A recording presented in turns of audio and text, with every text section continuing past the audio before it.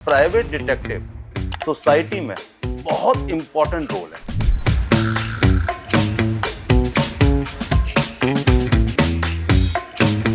बॉलीवुड की मानी हुई हस्ती हैं, वो हमारे पास आती हैं और उनकी एज भी काफ़ी ज़्यादा हो चुकी थी जनाब की। तो कहते हैं मुझे अपनी वाइफ के साथ थोड़ा सा उनके साथ बन नहीं रही है कुछ सालों से और कुछ प्रॉब्लम्स चल रही हैं। इंडिया में 2-3 महीने की इन्वेस्टिगेशन में कुछ भी ऐसा नहीं मिला जो उनके खिलाफ हो या उसके अगेंस्ट ऐसी कोई एविडेंस हो जिस पर हम ये कह सकते हैं कि लेडी गलत है। कभी लंदन जा रही हैं, कभी दुबई जा रही हैं। तो हमने जब उनके साथ इन्वेस्टिगेशन में ट्रैवल करना शुरू किया तो मैं बड़ा शॉक हुआ। रेनाउंड इंसान के साथ आपने शादी की है, पैसे की कोई कमी नहीं है, लव की कोई कमी नहीं है, इतना आपको आपके हस्बैंड प्यार करते हैं, उसके बावजूद आप कर क्या रही हैं? आप जगेलों की सर्विसेज ले रही हैं। कभी आपके पास कोई ऐसा केस आया जिसमें कि आपने इन्वेस्टिगेशन शुरू की हो, सब कुछ नॉर्मल रहा हो, लेकिन लास्ट में आपको पता चले कि जिसने मुझे ये काम दिया था वही गलत है? ऐसा तो बहुत बार हुआ है। एक लेडी हमारे पास आती हैं और कहती हैं कि देशवाल जी मेरे हस्बैंड से काफ़ी सालों से बन नहीं रही है और थोड़ा सा इन्वेस्टिगेशन कीजिए और देखिए कि हस्बैंड को ऑब्जर्व में रखा, उसके डिजिटल फुटप्रिंट्स को चेक किया। 2-3 महीने हो गए, कोई 1% भी ऐसी इंफॉर्मेशन नहीं मिली जिसे हम ये कह सके कि उसके हस्बैंड हमारे क्लाइंट को चीट कर रहे हैं। तो यानी कि ये भी हो सकता था कि ये खुद चीट कर रही हूँ और चाह रही हूँ कि उधर से भी कुछ मिल जाए। यही तो बता रहा हूँ मैं आपको। ओह। आज का क्राइम का पैटर्न बदल रहा है। अब लोग मर्डर नहीं करते हैं, अब लोग हथियार यूज नहीं करते हैं, आजकल मेडिसिन यूज करने लगे। क्योंकि आपको अपने पार्टनर को अगर दुनिया से हटाना है तो सबसे आसान तरीका है मेडिसिन। आपको लगता है कि मैं अपने पार्टनर को नहीं छोड़ पाऊंगा क्योंकि मैं पार्टनर को छोड़ता हूं तो काफी मेरे को फाइनेंशियल लॉसेस हो सकते हैं। तो इस फाइनेंशियल लॉसेस से बचने का तरीका बेहतर क्या है कि पार्टनर मेरे साथ रहे लेकिन मेरे ऊपर नजर ना रख पाए, उस लायक ही ना बचे। उस लायक ही ना बचे। बहुत बार ऐसे केसेस भी देखने को मिले हैं जिसमें कि एलिमनी के लिए वाइफ्स अपने हस्बैंड को स्पाई करवाती हैं, जिससे कि उनको शक तो होता है लेकिन उनके पास सबूत नहीं होते। तो उस सबूत को जुटाने के लिए जिससे कि ज़्यादा से ज़्यादा एलिमनी डिमांड कर सकें, वो इन्वेस्टिगेटर हायर करती हैं। क्या ये सच है? बहुत और जो मेल पर्सन्स अपनी वाइफ को स्पाई कराते हैं उसके पीछे भी ये होता होगा कि मुझे कम से कम पैसा देना पड़े और मैं इससे छुटकारा भी पालूं। एक भी ऐसा चेहरा नहीं है जिस चेहरे के पीछे 2-4 चेहरे और ना छुपे। 3-4-5 लाख से इन्वेस्टिगेशन स्टार्ट होती है, 10-15 लाख तक खत्म हो सकती है। इन्वेस्टिगेटर के तौर पर ऐसी कौन सी लाइन है जिसको कि आप क्रॉस नहीं करते? एक तो लिमिट है कि हम अपने क्लाइंट की जो इन्फॉर्मेशन है किसी भी कीमत पे कहीं पे भी नहीं बता सकते। तो किसी के पर्सनल स्पेस को भी इन्फ्रिंजमेंट का आप लोग कभी करते हैं ऐसा? करते नहीं है क्योंकि नेचुरली हमें पता है कि कहाँ क्या बोलना है। इन्वेस्टिगेशन में हमें पता है कि इन्फॉर्मेशन कैसे गैदर करनी है। आरुषि केस को किस नज़रिए से देखते हैं? उसमें भी बिना कोर्ट की अवमानना की अगर हम बात करें तो आपकी गट फीलिंग क्या है? आरुषि में मदर फादर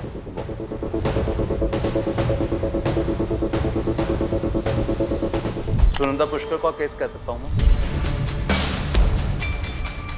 उसमें आपको क्या लगता है? वो भी बहुत हाई प्रोफाइल मामला था। मुझे पता, मेरा पार्टनर ये दवाइयाँ रोज यूज करता है। अगर ये मुझे अच्छी तरह पता है तो ऐसा कुछ नहीं है कि मैं किसी भी दवाई के अंदर कुछ भी ऐसा मिक्स करवा के, क्योंकि दवाइयाँ नकली बनती हैं हमारे देश के अंदर। बिल्कुल। सर्कमस्टेंशियल जो एविडेंस होते हैं उसको क्या इंडिया में और यहाँ के लीगल प्रोसेसेस में कम महत्व दिया जाता है बशर्ते कि जो डायरेक्ट प्रूफ और गवाह हो? सर्कमस्टेंस एविडेंसेस सबसे ज्यादा मर्डर केसेस के अंदर यूज होते हैं क्योंकि मर्डर केसेस के अंदर कभी भी आई विटनेसेस नहीं मिलेंगे। संजीव देसवाल इंडिया के लीडिंग प्राइवेट डिटेक्टिव हैं और पहले ऐसे इंडियन हैं जिन्होंने वर्ल्ड एसोसिएशन ऑफ डिटेक्टिव्स में देश का नाम रोशन किया है। 35 साल से ज्यादा एक्सपीरियंस के साथ ये प्राइवेट डिटेक्टिव एसोसिएशन के प्रेसिडेंट हैं और देश की पुलिस एजेंसीज और मीडिया के साथ अपनी इन्वेस्टिगेटिव एक्सपर्टीज शेयर करते हैं। ये इंटरपोल के साथ भी काम करते हैं और इंटरनेशनल क्रिमिनल्स को पकड़ने में हेल्प करते हैं। इन्होंने बेहद चर्चित आरुषि केस, प्रद्युम्न केस, श्रीदेवी की मौत mystery, Sushant Singh Rajput case, Disha Salian case, Shraddha Walkar case, Sunanda Pushkar case, Burari में 11 लोगों की रहस्यमयी मौत मिस्ट्री और राजा रघुवंशी केस जैसे सैकड़ों हाई प्रोफाइल केसेस पर काम किया है और इनकी इनसाइट ने इन्वेस्टिगेशन को एक नया मोड़ दिया है। अपनी ऑनेस्टी और शार्प इन्वेस्टिगेटिव माइंड के लिए जाने जाने वाले देसवाल जी आज भारत के सबसे ट्रस्टेड और रिस्पेक्टेड डिटेक्टिव्स में से एक हैं। तो चलिए स्वागत करते हैं इंडिया के जेम्स बॉन्ड कहे जाने वाले संजीव देसवाल जी का।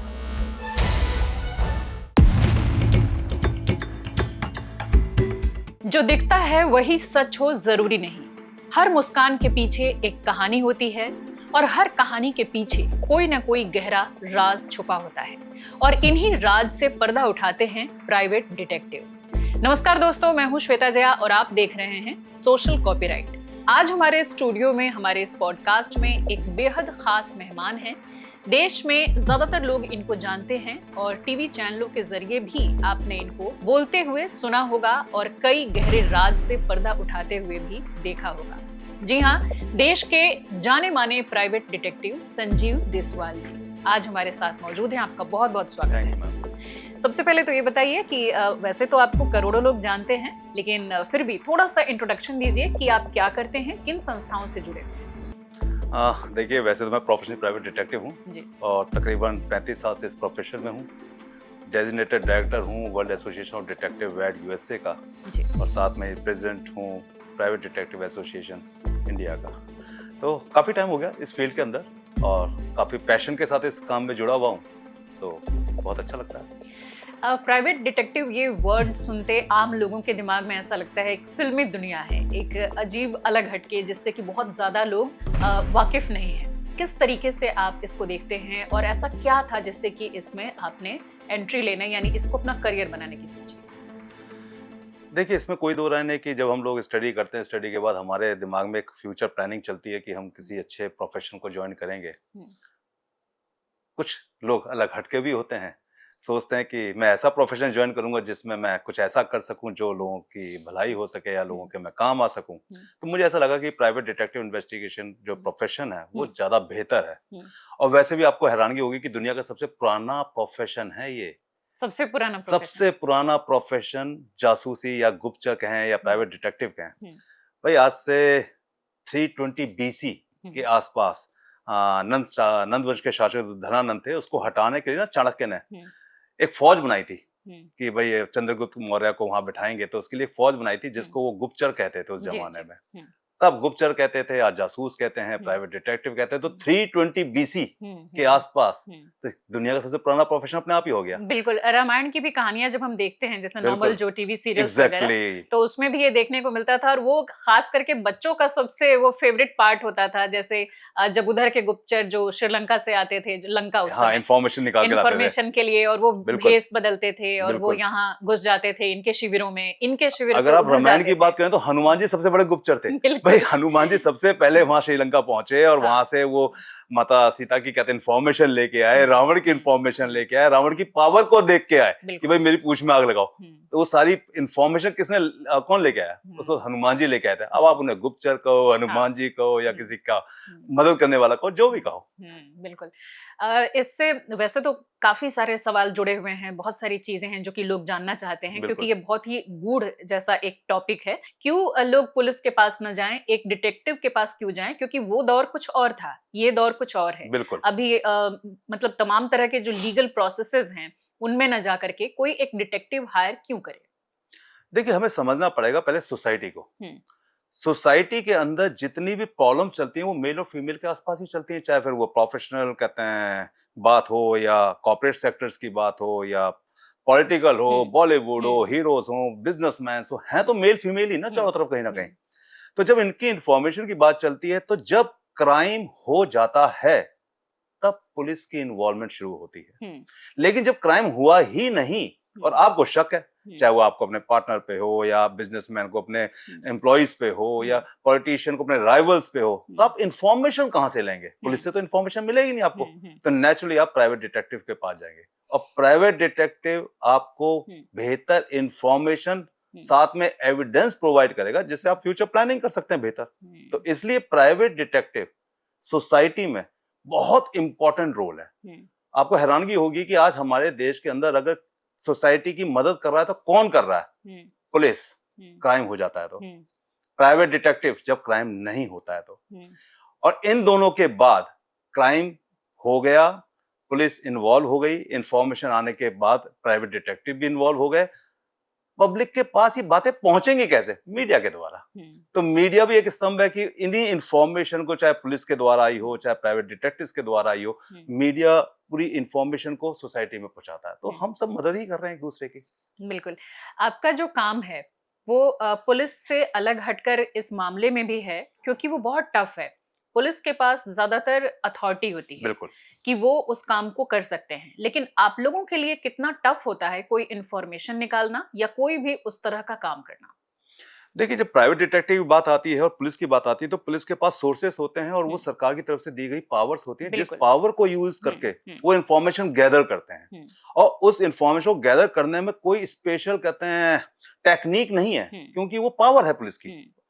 लेकिन प्राइवेट डिटेक्टिव के पास स्किल्स हैं, टेक्निक्स हैं, इंटेलिजेंस है। तो ये पुलिस के पास नहीं है? ये पुलिस के पास है, लेकिन उससे बेहतर डिटेक्टिव्स के पास है। क्योंकि देखिए, जब आपको ये पता है कि मेरे को ये इंफॉर्मेशन इजीली अपने सोर्सेस से मिल जाएगी, तो आप वहां पे अपने दिमाग को ज्यादा यूज नहीं करते हैं। लेकिन जब हमें पता है कि ये इंफॉर्मेशन हमें किसी सोर्स से मिलेगी, हमें अपनी टेक्निक यूज करनी पड़ेगी, हमें अपनी इंटेलिजेंस यूज करनी पड़ेगी, हमें अपनी एनालिटिकल स्किल्स यूज करनी पड़ेगी। तो वो जब हम चीज यूज करते हैं, और ग्राउंड रियलिटी हमसे ज्यादा बेहतर कोई नहीं जानता। ग्राउंड इंटेलिजेंस किसी भी इन्वेस्टिगेशन में बहुत इंपॉर्टेंट होती है। तो इसलिए प्राइवेट डिटेक्टिव, मैं मानता हूं, पुलिस से ज्यादा बेहतर होते हैं। और इसमें एक वर्ड और भी मैं जोड़ता हूं, पूरे वर्ल्ड के अंदर जिसके पास सबसे ज्यादा खुफिया तंत्र मजबूत है, वो देश सबसे ज्यादा मजबूत है। बिल्कुल। क्योंकि पुलिस जो इन्वेस्टिगेशन कर रही है, जो भी अपराध के आसपास उनकी मूवमेंट्स हो रही हैं, वो उनकी अपनी स्टेट, अपनी कंट्री के अंदर है। प्राइवेट डिटेक्टिव के पास ऐसा नहीं है। प्राइवेट डिटेक्टिव इंडिया हो, वर्ल्ड में कोई भी जगह हो, हर जगह इन्वेस्टिगेशन कर रहे हैं। इवन मैंने कितने इंटरपोल केसेस को, कहते हैं, करते हुए कितने लोगों को लंदन में गिरफ्तार करवाया है, अमेरिका में गिरफ्तार करवाया है, इंडिया में गिरफ्तार करवाया है। तो हमारी जो ज्यूरिडिक्शन है वो पूरा वर्ल्ड है, देखा जाए। लेकिन फिर मेरा सवाल वही है कि कितना टफ है ये आप लोगों को, कितना मतलब जिस तरीके से हम अथॉरिटी की बात कर रहे हैं कि वो नहीं है, तो किस तरीके से आप लोग फिर वो कर पाते होंगे? देखिए, जो स्किल्स हैं वो प्लेटफॉर्म पे, ये ऐसा नहीं है कि जहाँ पे एक सेकंड में ये सब चीजें समझाई जा सकें। जिसको हमने 35 साल के अंदर कवर किया, वो मैं 35 सेकंड में बता दूं। थोड़ा बहुत तो बताइए, क्यूरियोसिटी जो लोगों की। देखिए, कोई भी इंफॉर्मेशन गैदर करने के लिए इतना ही समझ लीजिए कि किसी भी इंसान के चारों तरफ कुछ लोग हैं, चाहे फिर वो उनके ड्राइवर्स हों, सिक्योरिटी गार्ड्स हों, मेड्स हों, एम्प्लॉइज हों, सारी इंफॉर्मेशन गैदर तो वहीं से होगी। फिर उसके बाद आज की तारीख में सोशल मीडियाज हैं, आपके डिजिटल फुटप्रिंट्स हैं, वहां से बहुत सारी इंफॉर्मेशन गैदर हो जाती है। क्योंकि हर आदमी 2-3 चीजों से बंधा हुआ है। अपनी गाड़ी से बंधा हुआ है, अपने मोबाइल से बंधा हुआ है, अपने लैपटॉप से बंधा हुआ है। ये जो 2-4 चीजें उसके चारों तरफ हर वक्त उसकी जेब में रहती हैं। इवन वो नहाने जा रहा है तब भी, सोने जा रहा है तब भी, या कहीं कोई भी मूवमेंट कर रहा हो, ये सब चीजें उसके आसपास ही हैं। काफी इंफॉर्मेशन गैदर हो जाती है इजिली। सबसे ज्यादा किस तरह के केसेस आपके पास आते हैं? देखिए, सबसे ज्यादा केसेस बड़ा कहना मुश्किल है, लेकिन फ्रॉड केसेस बहुत आ रहे हैं। हस्बैंड वाइफ के केसेस बहुत ज्यादा आते हैं, मैट्रिमोनियल जिसे हम बोलते हैं, चाहे प्री मैट्रिमोनियल्स हो, पोस्ट मैट्रिमोनियल्स हो, शादी के बाद के इन्वेस्टिगेशंस हो, फ्रॉड केसेस हो, किसी में कोई पैसा लेके कहीं चला गया है, भाग गया है, ट्रेस आउट करना हो, पॉलिटिकल केसेस हो, बॉलीवुड के केसेस हो, बहुत केसेस हैं, हर तरीके के केसेस हैं। लेकिन आंकड़ों में ये कहना कि सबसे ज्यादा केसेस कौन से हैं, तो कह सकते हैं कि पोस्ट मैट्रिमोनियल केसेस की बाढ़ सी आ गई है। क्योंकि सबसे ज्यादा प्रॉब्लम ही वहां पे है, क्योंकि वहां पे आप पुलिस के पास जा ही नहीं पाते। क्या पहले की तुलना में अब हस्बैंड वाइफ एक दूसरे को ज्यादा चीट करते हैं, जिस वजह से इन्वेस्टिगेशन की ज्यादा जरूरत पड़ती है? ये समझना पड़ेगा सोसाइटी को कि सोसाइटी, थोड़ा सा लेमन लैंग्वेज में अगर बोला जाए, कलयुग है। तो सोसाइटी में जो चेहरा हम देख रहे हैं, एक भी ऐसा चेहरा नहीं है जिस चेहरे के पीछे 2-4 चेहरे और ना छुपे हों। हैरानगी की बात है। ऐसा कोई चेहरा ही नहीं है, मेरा एम्प्लॉय हो, मेरे अपने हो, मेरे पराए हो, मेरे दोस्त हो, जो मेरे सामने दिख रहे हैं बिल्कुल वैसे हो। It's not possible. ये हर किसी के लिए है? मुझे तो सुन के डर लग रहा है थोड़ा। तकरीबन 95% लोग, मैं कह सकता हूं कि एक चेहरे के साथ कई चेहरे रखते हैं। एक के साथ हो सकता है 2 चेहरे हों, 3 चेहरे हों, लेकिन कई चेहरे बहुत लोगों के साथ हैं। रियल चेहरा जो सामने दिख रहा है वही बहुत कम लोग हैं, बहुत रेयर है, और इन्हीं के दिल सबसे ज्यादा टूटते हैं, इन्हीं को धोखा भी सबसे ज्यादा मिलता है, क्योंकि ये रियल है। जब रियल इंसान फेक वर्ल्ड के अंदर एंट्री करता है, बिल्कुल, तो नेचुरली उसको शॉक लगेगा, फिर तो उसको गहरा दुख लगेगा, उसको दुख लगेगा। तो हमारे पास जितने भी हमने इन्वेस्टिगेशन में देखा है, और इन्वेस्टिगेशन करने के बाद हमें बड़ा दुख होता है कि जो रियल लोग हैं धोखा उनको मिल रहा है, और वही परेशान है, वही अपनी जिंदगी को डिस्टर्ब कर रहे हैं। लेकिन जो फेक लोग हैं, खुदगर्ज लोग हैं, दुनिया को चीट करते हैं, रिश्तों को चीट करते हैं, दोस्तों को चीट करते हैं, बड़े आराम से जीते हैं, लाइफ को बहुत अच्छा जीते हैं। हो सकता है लोगों का अपना अंदाज, अपना परिवेश, अपना रहन सहन उसके पीछे काम कर रहा हो, बहुत सारी चीजें हो सकती हैं, बहुत सारे फैक्टर्स हो सकते हैं। आपके पास कोई ऐसा केस आया जिसको कि बहुत नॉर्मली इजीली आपने इन्वेस्टिगेट करना शुरू किया हो, लेकिन जब उसके आखिरी पड़ाव तक पहुंचे हो तो आपको भी इमोशनली बहुत सोचना पड़ा हो, आपको भी थोड़ा दर्द फील हुआ हो किसी एक शख्स के लिए? देखिए, लास्ट 35 ईयर से मैं से प्रोफेशन में हूँ, और सच मानिए हर 10 केस में से 8 केस तकलीफ ही देके जाते हैं, खुशी देके तो नहीं जाते। ओके। क्योंकि जब हमारे सामने हमारा क्लाइंट आता है तो बड़ी सिंपल सी उसकी एक प्रॉब्लम होती है कि मेरे साथ मेरे पार्टनर की अच्छी बन नहीं रही है, मेरे साथ प्रॉब्लम्स हैं, बड़ी सिंपल सी एक प्रॉब्लम होती है वो। जब आप उसको इन्वेस्टिगेट करते हो और उसके पार्टनर के बारे में जानते हो, जो वो नहीं जानता, जो इतने सालों से रह रहा है, जब हम जानते हैं सिर्फ 2 और 3 महीने में, तो तकलीफ तो होती है। बहुत सारे ऐसे केसेस हैं। एक केस में आपको अगर बताऊं, बॉलीवुड से एक काफी नामी हस्ती है, नाम तो लेना यहाँ ठीक नहीं होगा, हाँ, बिल्कुल, क्योंकि वो कोई मतलब नहीं। हाँ, पहचान बताए बिना हम पहचान। केस की चर्चा कर सकते हैं। बिल्कुल, करनी भी चाहिए, क्योंकि हम लोगों ने भी NDA non disclosure agreement sign किया होता है। बिल्कुल, बिल्कुल। तो बॉलीवुड की मानी हस्ती हैं, वो हमारे पास आती हैं, और उनकी एज भी काफी ज्यादा हो चुकी थी जनाब की। तो कहते हैं मुझे अपनी वाइफ के साथ थोड़ा सा उनके साथ बन नहीं रही है कुछ सालों से, और कुछ प्रॉब्लम्स चल रही हैं। वाइफ ऐसे मेरी बहुत अच्छी हैं, तो मैं जानना चाहता हूँ कि वो किस टाइप से मूवमेंट करती हैं, क्या करती हैं, कहाँ उठती बैठती हैं। तो मैंने कहा जो आपकी एज है, आप 65 इयर्स के इंसान है इस वक्त, आपकी अपनी पर्सनल लाइफ कैसी है वाइफ के साथ? कह रहा 4-5 साल से अच्छी नहीं है। अच्छा। अब पर्सनल लाइफ आप समझ सकते हैं, जो भी सेक्सुअल लाइफ है वो अच्छी नहीं है। यहाँ से हमें एक सिग्नल मिलना शुरू होता है कि भाई आपकी वाइफ की एज कितनी है? जी मेरी वाइफ की एज 42 है। ओके। तो वो तो काफी यंगर है। हाँ, काफी फासला है। काफी फासला है आपका, आप दोनों में। 42, 65, 23 साल का गैप। 23 साल का है, सेकंड मैरिज है आपकी ये, और आपका 5 साल से कोई रिलेशन भी नहीं है, तो कहीं ना कहीं कुछ तो है। मैंने कहा आपने कोशिश की? कहता काफी कोशिश की, लेकिन बात नहीं बन रही है। मैं हेल्थ इश्यूज? कहता है हेल्थ इश्यूज नहीं है, इमोशंस इशू है। ओके। मैं ठीक है, इन्वेस्टिगेट करते हैं। आपको जब इन्वेस्टिगेशन में ओपन हैंड मिलता है कि भाई आप कहीं भी जाएं, कितना भी खर्च हो, आपको कोई प्रॉब्लम नहीं होगी, आपको रिम्बर्स कर दिया जाएगा, तो इन्वेस्टिगेशन थोड़ा इजी हो जाती है। क्योंकि आपको इमीडिएटली कहीं मूवमेंट करनी है, पता चला कि लेडी आउट ऑफ इंडिया निकल रही है, आपको इमीडिएटली टिकट लेनी है। अब आप जब तक टिकट की कंफर्मेशन लेंगे, एक लेडी जा चुकी होगी, बड़ी प्रॉब्लम्स हो सकती है। बिल्कुल। तो यहाँ पे फ्री हैंड था।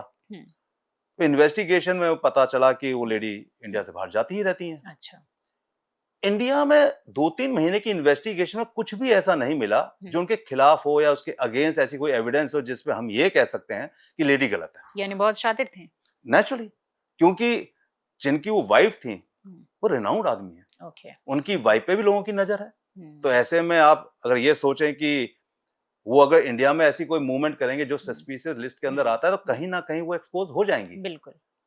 और फिर हमारा मीडिया तो आपको पता ही है बहुत शानदार है, एक के दो अच्छे बनाएगा फिर तो यहाँ प्रॉब्लम्स भी हो सकती थी। तो उस वजह से लेडी इंडिया से बाहर ज्यादा मूव कर रही थी। हर 2 महीने में निकलना, 1 महीने में निकलना, 3-4 दिन, 10 दिन के लिए। कभी लंदन जा रही हैं, कभी दुबई जा रही हैं, कभी कहीं जा रही हैं, कभी यूरोप जा रही हैं। तो हमने जब उनके साथ इन्वेस्टिगेशन में ट्रेवल करना शुरू किया तो मैं बड़ा शॉक्ड हुआ कि आपकी लव मैरिज है, रिनाउंड इंसान के साथ आपने शादी की है, पैसे की कोई कमी नहीं है, लव की कोई कमी नहीं है, इतना आपको आपके हस्बैंड प्यार करते हैं, उसके बावजूद आप कर क्या रही हैं? आप जगेलों की सर्विसेज ले रही हैं। ओके। वो सारी सर्विसेज जब हमें दिखनी शुरू हुई, तब उनको हमने एविडेंशियली इकट्ठा करना शुरू किया। अब हो सकता है कि आपकी रिक्वायरमेंट ज्यादा हो, आपके हस्बैंड की वो रिक्वायरमेंट पूरी ना कर पा रहे हो, लेकिन कहीं ना कहीं आपको समझना होगा कि एक एज में आप ऐसी आ गई हैं जहां पे आपको लगता है कि थोड़ा सा कंप्रोमाइज करना पड़ता है लाइफ को। और बाकी सारी रिक्वायरमेंट्स उनके हस्बैंड ऑलरेडी पूरी कर रहे हैं, सब कुछ तो फिर उनके साथ इमोशनली थोड़ा बिल्कुल, तो और अटैच होना चाहिए, होना इस तरह चाहिए, से नहीं करना बिल्कुल चाहिए। बिल्कुल कंप्रोमाइज करना चाहिए लाइफ को। लाइफ बिल्कुल। कंप्रोमाइज का ही नाम है। हम्म। अगर आप लाइफ कंप्रोमाइज नहीं और करेंगे नहीं तो फिर तो अपने एज ग्रुप के किसी शख्स से शादी करनी चाहिए थी। एग्जैक्टली भले वो कम पैसे वाला हो। आज भी आप डाइवोर्स ले सकती थी, बिल्कुल, डिवोर्स लेके आप जो हाँ। जी में आए करो। बिल्कुल, लेकिन हमारा समाज बड़ा अजीब है। सोसाइटी की भी थोड़ी सोसाइटी, प्रॉब्लम हाँ, है। सोसाइटी की बहुत बड़ी प्रॉब्लम है। प्रॉब्लम। सोसाइटी ये सोचती नहीं कि इमोशंस क्या होते हैं। सोसाइटी ये सोचती नहीं कि जिस चीज पे मैं ट्रैवल कर रही हूँ, जो एक्सपेंसेस मुझे मिल रहे हैं, दे कौन रहा है, उसे कोई मतलब नहीं है। भाई उसकी ड्यूटी है मेरे को एक्सपेंस देना, मेरी ड्यूटी क्या है, जगेलों की सर्विस लेना। क्या मेरी ड्यूटी नहीं बनती उस एक्सपेंसेस को मैं जस्टिफाई करूं अपने हस्बैंड के साथ? और अगर आपको प्यार नहीं है, आपको इमोशंस नहीं है, आपकी रिक्वायरमेंट्स ज्यादा हैं, तो आप डाइवोर्स लीजिए, एक अच्छी एलुमनी लीजिए। ठीक है, वो भी इंसान ने आपसे गलत शादी कर ली है, भुगतेगा बेचारा, देगा 10-20 लाख करोड़, 2-4 करोड़ जो भी है, आप अपनी लाइफ को जिए। लेकिन नहीं, सोसाइटी में मेंटेन भी करना है, पैसे भी लेना है, और सोसाइटी को दिखाना मैं रेनाउंड इंसान की वाइफ भी हूँ, पैसे भी मेरे को खूब मिल रहे हैं, और अपनी अपने पर्सनल लाइफ को जो मैं तो समझता हूँ कि मुझे तो ठीक नहीं लगता। आप एक से प्यार करती हैं तो कोई बुराई नहीं। हाँ, बिल्कुल, कोई बुराई नहीं, क्योंकि प्यार तो देखो आप किसी एज में कभी भी हो सकता है। और मैं आज देख रहा हूँ कि 90% मेल फीमेल जो मैरिड है, उसमें से कहीं ना कहीं लोग इन्वॉल्व हैं, कहीं ना कहीं इन्वॉल्व है। उसकी वजह ये है कि कई बार पार्टनर्स के पास टाइम नहीं है, कई बार इमोशंस नहीं है, कई बार और कोई प्रॉब्लम है। बहुत बार तो ये भी मैंने देखा है कि साथ रहते रहते बोरियत हो गई, तो एक बिल्कुल चेंज के लिए भी वो हो जाता है, दूसरे के साथ चले तो जाते हैं। उसमें कोई बुराई नहीं अगर एक है तो। लेकिन फिर अगर भी ये मेरा मल्टीपल मानना है कि आप पहले अपने पार्टनर से अलग हो जाओ, उसके बाद आप मूव करो ना। बड़ा मुश्किल है, क्योंकि अगर आप पार्टनर से अलग हो गए, मान लीजिए, यहाँ पे सोसाइटी को समझना बहुत जरूरी है। अगर आप अलग भी हो गए, लेकिन आपकी नेचर है इस तरीके की खुदगर्जी की, तो नेचुरली एक दिन आप उस पार्टनर से भी तो आपका दिल भरेगा। हाँ, बिल्कुल। तो फिर आप उससे भी अलग होंगे, तो कब तक अलग होंगे और कब तक औरों को कहते हैं पार्टनर बनाते रहेंगे? बिल्कुल बिल्कुल। तो कितने पार्टनर चेंज करेंगे? तो लेडीज ये सोचती हैं कि लाइफ चल रही है, चलने तो जैसे चल रही है। एक्सपोज हो गए तो एक्सपोज होने के बाद माफी मांग लेंगे, पार्टनर को बदल देंगे, मतलब वर्स्ट है लाइफ। आज की सोसाइटी हमारी वर्स्ट है, बहुत तकलीफ देने वाली सोसाइटी है। और हम तो सोसाइटी के इतना बीच में जाकर देखते हैं लाइफ को कि कोई सोच ही नहीं सकता कि लाइफ मतलब सोसाइटी क्या चीज है।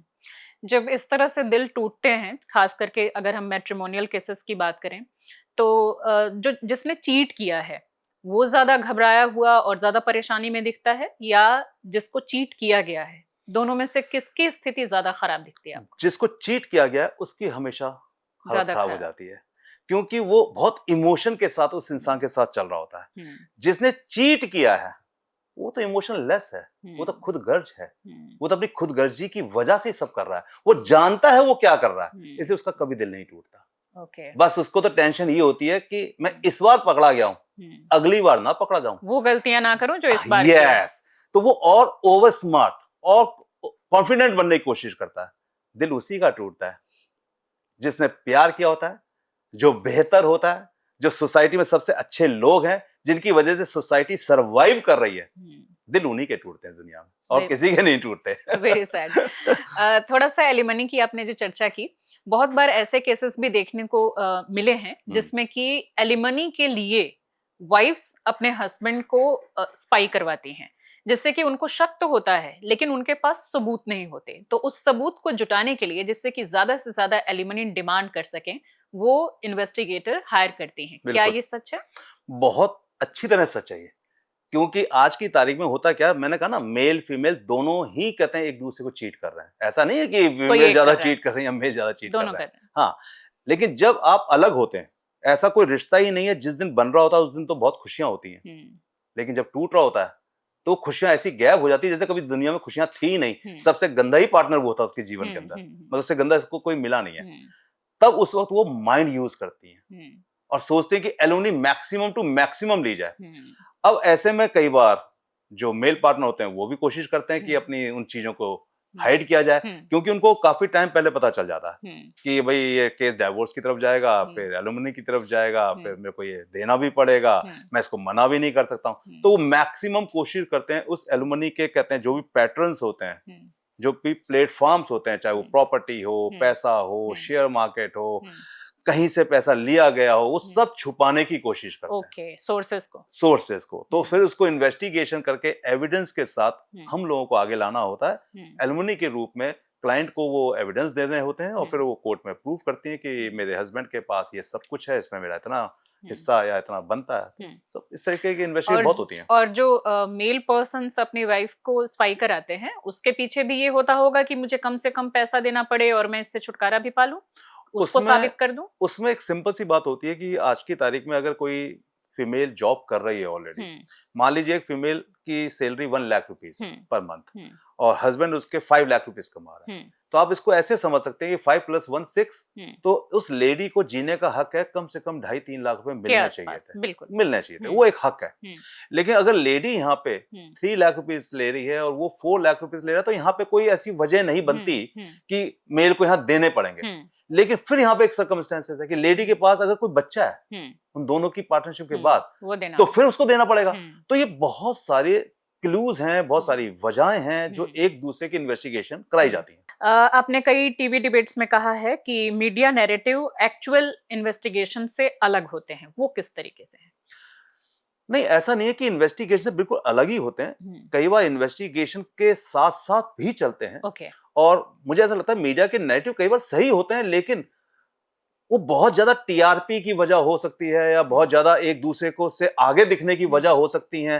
तो कुछ ऐसी इंफॉर्मेशन ले आते हैं जिसके ऊपर बहुत दिन तक वो खेलते रहते हैं, वो इंफॉर्मेशन गलत निकलती है। जैसे सुशांत केस को भी आपने जो कहा, बिल्कुल शुरुआती जांच में ही, चूंकि आप उसका पार्ट थे, तो आपने जो आकर के सामने कहा वही अब इतने सालों बाद, 5 साल बाद लगभग, सीबीआई ने वही पेश किया, उसको थोड़ा बताइए।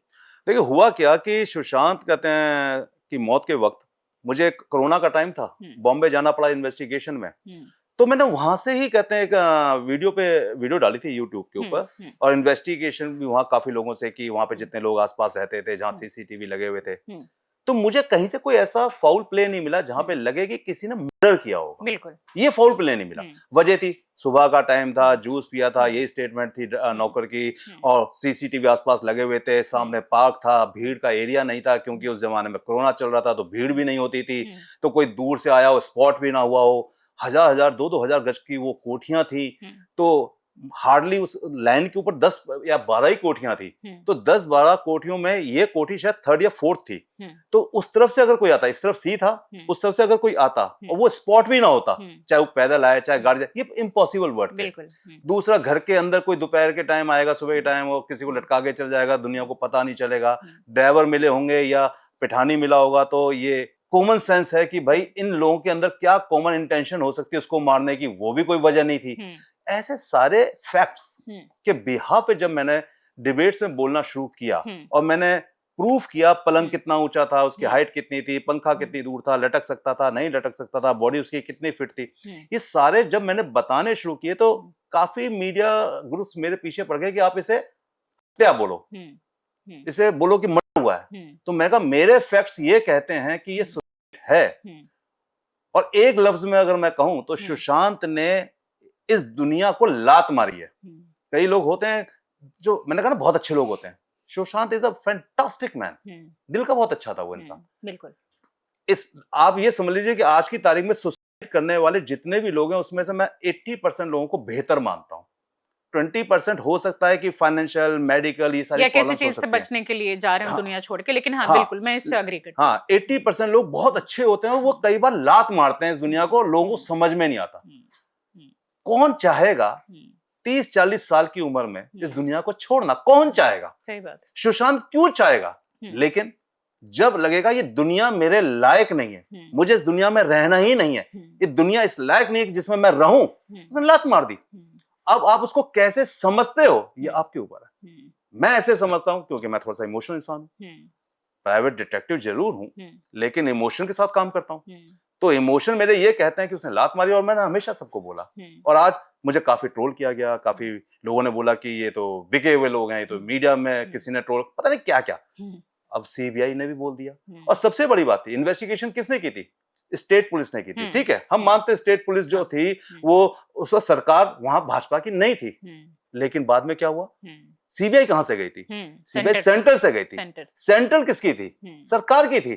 तो अगर फाउल प्ले होता तो सेंट्रल प्रूफ कर देती। उस समय मैं भी मेन स्ट्रीम मीडिया का पार्ट थी और मेरे ऊपर भी इतना प्रेशर था, 2 डिबेट शो में करती थी। क्या उम्मीद करें कि सुशांत केस को जिस तरह से डिले करने की कोशिश की गई मुंबई पुलिस के द्वारा, क्या इसमें आगे इस तरह का ही कुछ देखने को मिल सकता है या मिल सकता है पूरा न्याय? पूरे हमारे ऊपर बहुत ज्यादा प्रेशर होता था, चाहे हमारे अंदर से हमारा मन ना कर रहा हो, हमें दिख रहा है, बुलवाया जाता था, जबरदस्ती बुलवाया जाता था, जबरदस्ती पूरे डिबेट में लड़वाने के लिए हमें प्रेशराइज किया जाता था। और बहुत ही बेमन से मैं उस शो को करती थी, लेकिन करना मजबूरी। बस वही हमारे साथ होता था कि डिबेट में बैठते थे, डिबेट में मुझे इशारा किया जाता था, आप इसे मर्डर बोलो, आप इसे मैं मर्डर। देखो होता क्या है, मैं एक प्राइवेट डिटेक्टिव हूं, मेरी जो फाइंडिंग्स हैं आप हैरान होंगे, बड़े बोल नहीं है लेकिन ऐसा है, और वो मीडिया में यूट्यूब के ऊपर है।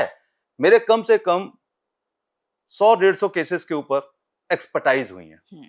फिर चाहे वो प्रद्युमन केस हो, सुनंदा केस हो, आपका सुशांत हो, आपका बुरारी केस हो, मतलब मुझे याद भी नहीं कितने केसेस होंगे। उन पे जो मैंने अपनी फाइंडिंग्स दी, नेचुरली आज केस हुआ, 2 दिन बाद डिबेट स्टार्ट हो गई, फाइंडिंग्स 2 दिन के बाद दे दी मैंने। जब 2 दिन के बाद फाइंडिंग्स दी, पुलिस की इंफॉर्मेशन और पुलिस की फाइंडिंग्स तो कम से कम 6 महीने साल के बाद आती हैं। बिल्कुल।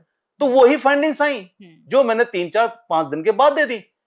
तो मेरी फाइंडिंग्स कभी गलत नहीं, गट फीलिंग थी, क्योंकि उतनी जल्दी इन्वेस्टिगेशन तो किया नहीं होगा, एक अंदाजा लग जाता है। अंदाजा इसलिए लग जाता है, देखिए आपने फिर लेमन लैंग्वेज में एक बात समझाता हूं।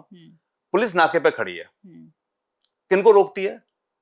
उन लोगों को ज्यादा रोकती है जिनके पास लाइसेंस नहीं होगा या कोई प्रॉब्लम। क्यों पुलिस को पता चल जाता है? पुलिस दूर से पहचान लेती है कि यार ये आदमी थोड़ा गाड़ी को इधर उधर ले जा रहा है, तो वो वहां से फोन करते हैं इस वाले को जरूर रोकना।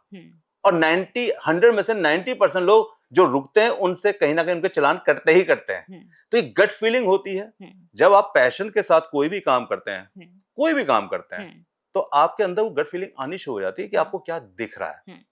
प्रद्युमन केस का अगर मैं बताऊं, कंडक्टर को अरेस्ट कर लिया गया। हाँ, उसमें भी बहुत दिनों तक कितनी चीजें चेंज होती रही। जो बच्चा पकड़ा गया वही है। ओके। और ये मैंने तब भी बोला, ये भी मीडिया के अंदर है। जब उसको पकड़ा गया कंडक्टर को, तो उसमें जो नाइफ दिखाया गया, हाँ। तो मैंने कहा था कि अगर पुलिस की थ्योरी में ये क्लियर हो गया कि नाइफ कहां से खरीदा गया और उसकी स्टेटमेंट नहीं आई, तो इन नाइफ की स्टोरी झूठी होगी। और ये शोरूम है, और ये मीडिया के इंटरव्यू में आज भी उपलब्ध है आपके, मेरे कहते हैं अपने चैनल के ऊपर।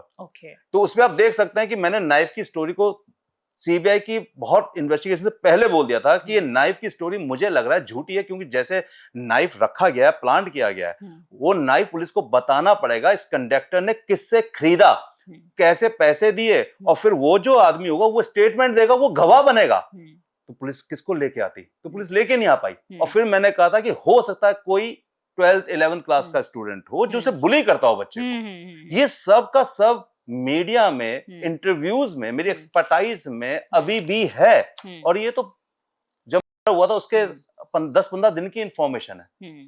अंत में हुआ क्या? सीबीआई ने जब इन्वेस्टिगेशन ली और उसके बाद ये क्लियर हुआ कि वो कंडक्टर नहीं था, वो एक बच्चा था स्कूल का। तो ये जो इन्वेस्टिगेशंस हैं, ये जो नैरेटिव्स हैं, ये ठीक है, सब अपना अपना तरीके से अपनी लाइफ को जी रहे हैं, अपने अपने तरीके से अपने प्रोफेशन को जी रहे हैं। लेकिन मुझे ऐसा लगता है कि जिस प्रोफेशन में भी आप हो, उसे जस्टिफाई तो आपको जरूर करना चाहिए। बिल्कुल, ईमानदारी से उसमें काम करना चाहिए। निठारी केस को किस तरह से आप देखते हैं, क्योंकि अब उसमें दोनों ही अक्यूज्ड बाहर आ चुके हैं बिना कोर्ट के अवमानना के, अगर हम उस पर बात करें, आपकी पर्सनल फीलिंग क्या कहती है? देखिए, मेरी पर्सनल फीलिंग कहती है कि इन्वेस्टिगेशन के अंदर सर्कमस्टेंस जो एविडेंसेस हैं और चेन ऑफ एविडेंसेस हैं, उनको सही तरीके से प्रोड्यूस नहीं किया गया। ओके।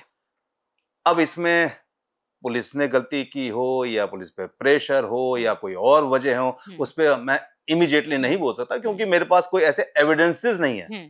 मैं विदाउट एविडेंसेस कोई बात नहीं बोलता। बिल्कुल, बिल्कुल। तो इसलिए मुझे ऐसा लगता है कि इतने होना बच्चों के, और उसकी कहते हैं फ्रिज के अंदर भी पार्ट्स मिलना बॉडी के, बिल्कुल, हाँ। ये सब चीजें क्लियर कर रही थी कि उस घर के अंदर से ही जो लोग थे उन्हीं की इन्वॉल्वमेंट है। और जब आपने उनको पकड़ लिया, तो वो जो एविडेंसेस हैं, चाहे वो फॉरेंसिक एक्सपर्टाइज हो या पुलिस की अपनी एविडेंसेस हो, उसको chain of evidence circumstance of evidence को ढंग से प्रोड्यूस ना करना कोर्ट के अंदर, क्योंकि कोर्ट क्या करता है, कोर्ट कहता है आपने मेरे सामने 100 सबूत रखे, उसमें से 80 सबूत इसके खिलाफ जाते हैं, लेकिन 20 सबूत इसके खिलाफ नहीं जाते हैं, तो बस वो 20 सबूत उसके खिलाफ जो नहीं जाते हैं उसी से बच जाएगा वो इंसान। तो क्या ये तरीका पूरी तरह से मतलब अनजस्टिफाइड नहीं है? मुझे अनजस्टिफाई लगता है, बिल्कुल लगता है कि अनजस्टिफाई है। इतने लोगों को के जो बच्चों के हुए हैं, कत्ल हुए हैं, उनके माँ बाप को कहाँ न्याय मिला? उनको तो अब कभी इंसाफ नहीं मिल पाएगा, अब नहीं मिल पाएगा, क्योंकि अब बहुत लेट हो चुके हैं। एविडेंस को अगर हम समझें श्वेता जी, मान लीजिए इस बोतल के अंदर पानी है, इस बोतल का पानी अगर मैंने यहाँ गिरा दिया और इसके बाद बोतल को यहाँ रख दिया, अगर अभी इन्वेस्टिगेशन हो गई 48 आवर्स के अंदर, तो हो सकता है कि हम बता सके कि ये जो पानी है या जूस है वो इसी बोतल का था, ये फोरेंसिक एक्सपर्टाइज बता सकती है, या उस पर आपके फिंगरप्रिंट्स, यहाँ फिंगरप्रिंट्स है। लेकिन अगर इसी एविडेंसेस को हम 5 महीने, 6 महीने, 1 साल के बाद कहें, या यहाँ पे 10 लोग चले जाएं, कोई बोतल को यहाँ उठा के रख दे, कोई वहां रख दे, मौसम है, मौसम में जो कहते हैं आपका मॉइस्चर है, उससे आपके हो सकता है फिंगरप्रिंट भी गायब हो जाए, पानी सूख भी जाए, अब इसको प्रूफ करना जस्ट इम्पॉसिबल हो जाएगा, बड़ा मुश्किल हो जाएगा। तो किसी भी इन्वेस्टिगेशन के अंदर 48 आवर्स या आप कहिए 2-1 दिन बहुत इंपॉर्टेंट होते हैं, और सबसे बड़ी बात है क्राइम सीन के ऊपर लोगों का ना जाना, ये बड़ा इंपॉर्टेंट होता है। लेकिन हमारे यहाँ पुलिस अब काफी स्मार्ट हो गई है। आज से मैं अगर समझूं 10-12 साल पहले पुलिस इतनी स्मार्ट नहीं थी, फोरेंसिक एक्सपर्ट बहुत कम थे, और अब तो फोरेंसिक एक्सपर्टाइज भी काफी बढ़ गई है। हर इन्वेस्टिगेशन डिपार्टमेंट काफी बड़ा है, काफी डिपार्टमेंट में काम बढ़ गया है, पहले ऐसा नहीं होता था। तो आपको जब सॉलिड एविडेंसेस ही नहीं मिले और पुलिस ने ही एविडेंस बनानी है, पुलिस ने ही सब कुछ लिखना है, तो फिर जज तो आराम से वकील तो आराम से निकाल के ले जाएंगे। तो हमारे देश के अंदर आज भी जुडिक्शन के अंदर सजाएं कहाँ हो पाती हैं लोगों को, कहाँ सजाएं हो पाती हैं? अभी जैसे सेंगर को छोड़ दिया गया, मैं देख रहा था एक सब केस, तो कहाँ हो पाती हैं? कहीं ना कहीं पॉलिटिकल कहते हैं विल नहीं होती है, कई बार कहते हैं वकील इतने स्ट्रांग होते हैं, वकीलों को तो पैसा जो वकील कई है बार उसको तो पैसे के दम पे बहुत सारे केसेस रफा दफा कर दिए जाते हैं। अब आपने एक वकील को लाखों रुपए दिए, तो उसको पता है ये इंसान इसने किया है या ये कहते क्रिमिनल है, उसको पैसे से मतलब है, उसका धर्म है कि मेरे को इसको बचाना है, वो उसको धर्म बोलता है, मैं इसको धर्म मानता हूँ। सबकी अपनी भी सोच है। आरुषि केस को किस नजरिए से देखते हैं? उसमें भी बिना कोर्ट की अवमानना की अगर हम बात करें तो आपकी गट फीलिंग क्या कहती है? आरुषि में मदर फादर इन्वॉल्व, और वजह जो कि एग्जैक्ट नहीं फिर साबित की जा सकी, उसको थोड़ा सा आप डिफाइन। मैं बताता हूँ। अगर ये केस लोगों को याद हो तो हुआ क्या था कि सुबह के टाइम उसकी मदर घर में रो रही हैं, मेड आती है, दरवाजा खोलती है, मदर रोती हुई मिलती हैं, और मदर बोलती हैं कि किसी ने आरुषि को मार दिया, नौकर ने मार दिया और वो भाग गया है। मेरा मानना, मेरे गट फीलिंग कहते हैं कि अगर किसी बच्चे का हुआ है तो वो पहले रश करता है, बाहर हल्ला मचाता है, पुलिस को बुलाता है, तुरंत हॉस्पिटल भागेगा पहले। तो अगर उसको थोड़ी भी संभावना होगी, एग्जैक्टली संभावना ना भी हो तो वो बाहर तो जाएगा, पुलिस को तो बुलाएगा। उन्होंने पुलिस नहीं बुलाई, उन्होंने रश नहीं किया, उन्होंने हल्ला नहीं मचाया, वो घर के अंदर सुबक रहे हैं, रो रहे हैं। ये तब कंडीशंस होती हैं जब पेरेंट्स को या उस घर के अंदर रहने वाले इंसान को लगता है कि मुझसे कोई भारी गलती हो गई है, गुस्से में। अब वो समझ नहीं पा रहा मैं उस गलती को कैसे करूं। तो एक तो ये वजह मुझे सॉलिड लगती है। नंबर 2 सॉलिड वजह हुआ है, पुलिस भी आई, सीबीआई, फिर भी आपको कोई भी हथियार नहीं मिला, आला जिसे हम कत्ल बोलते हैं, वो नहीं मिला। ये मैं तब मानता हूं। आपने स्टिक मारी, स्टिक से सर फट गया, लड़की बेहोश हो गई, आपने स्टिक साइड में रख दी, वो रिकवर हो गई, लेकिन उससे मर्डर नहीं हुआ, मर्डर हुआ शार्प कट से। तो जो शार्प कट है वो शार्प कट किससे आएगा? वो आएगा आपका ऑपरेशन ब्लेड से। ऑपरेशन ब्लेड किसके पास होता है? डॉक्टर्स के पास होता है। वो डॉक्टर्स हैं, सर्जन हैं। तो ऑपरेशन ब्लेड से आपने कट मारा, आपको पता कट कहाँ मारना है, जहां मारना है वहां से सांस 1 मिनट के अंदर आदमी मर जाएगा। आपने वो कट मारा, कट मारने के बाद आपने ऑपरेशन ब्लेड को तोड़ा और फ्लश कर दिया। अब आपको जिंदगी में आला हथियार नहीं मिलेगा कभी। तो ये गुस्से में किया गया कैसे हुआ? ये तो फिर कोल्ड ब्लडेड हो गया। भले ही उस समय वो डिसीजन लिया गया हो जल्दबाजी में, फिर भी ये तो कोल्ड ब्लडेड मर्डर। एग्जैक्टली, मैं बताता हूँ। ये गुस्से और कोल्ड ब्लडेड दोनों चीजें हैं।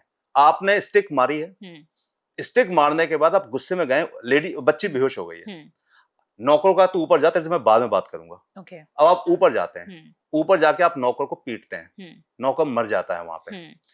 आप खुद सोचिए, जो नौकर मरा है, मान लीजिए हम इसमें 2 ऑप्शन यूज करते हैं, एक फैमिली और एक बाहर का आदमी। बाहर का आदमी मारेगा तो वो पहले तो नौकर को ऊपर क्यों लेके जाएगा, वो वहीं मारेगा जहां पे कहते हैं बच्ची है। नंबर 2, अगर ऊपर जाके मारेगा तो उसको गद्दे से क्यों ढकेगा, उसे क्या जरूरत है गद्दे से ढकने की, भाई बॉडी तो मिलनी है, तो उसे तो करो और भागो, ना कि नीचे से गद्दा लाओ उसके ऊपर डालो। नंबर 3, जब वो करेगा भागेगा तो ताला क्यों लगाएगा दरवाजे पे, ताला लगाने के उसको ताला ढूंढना पड़ेगा, तो उसे ताला कहां से पता चल गया।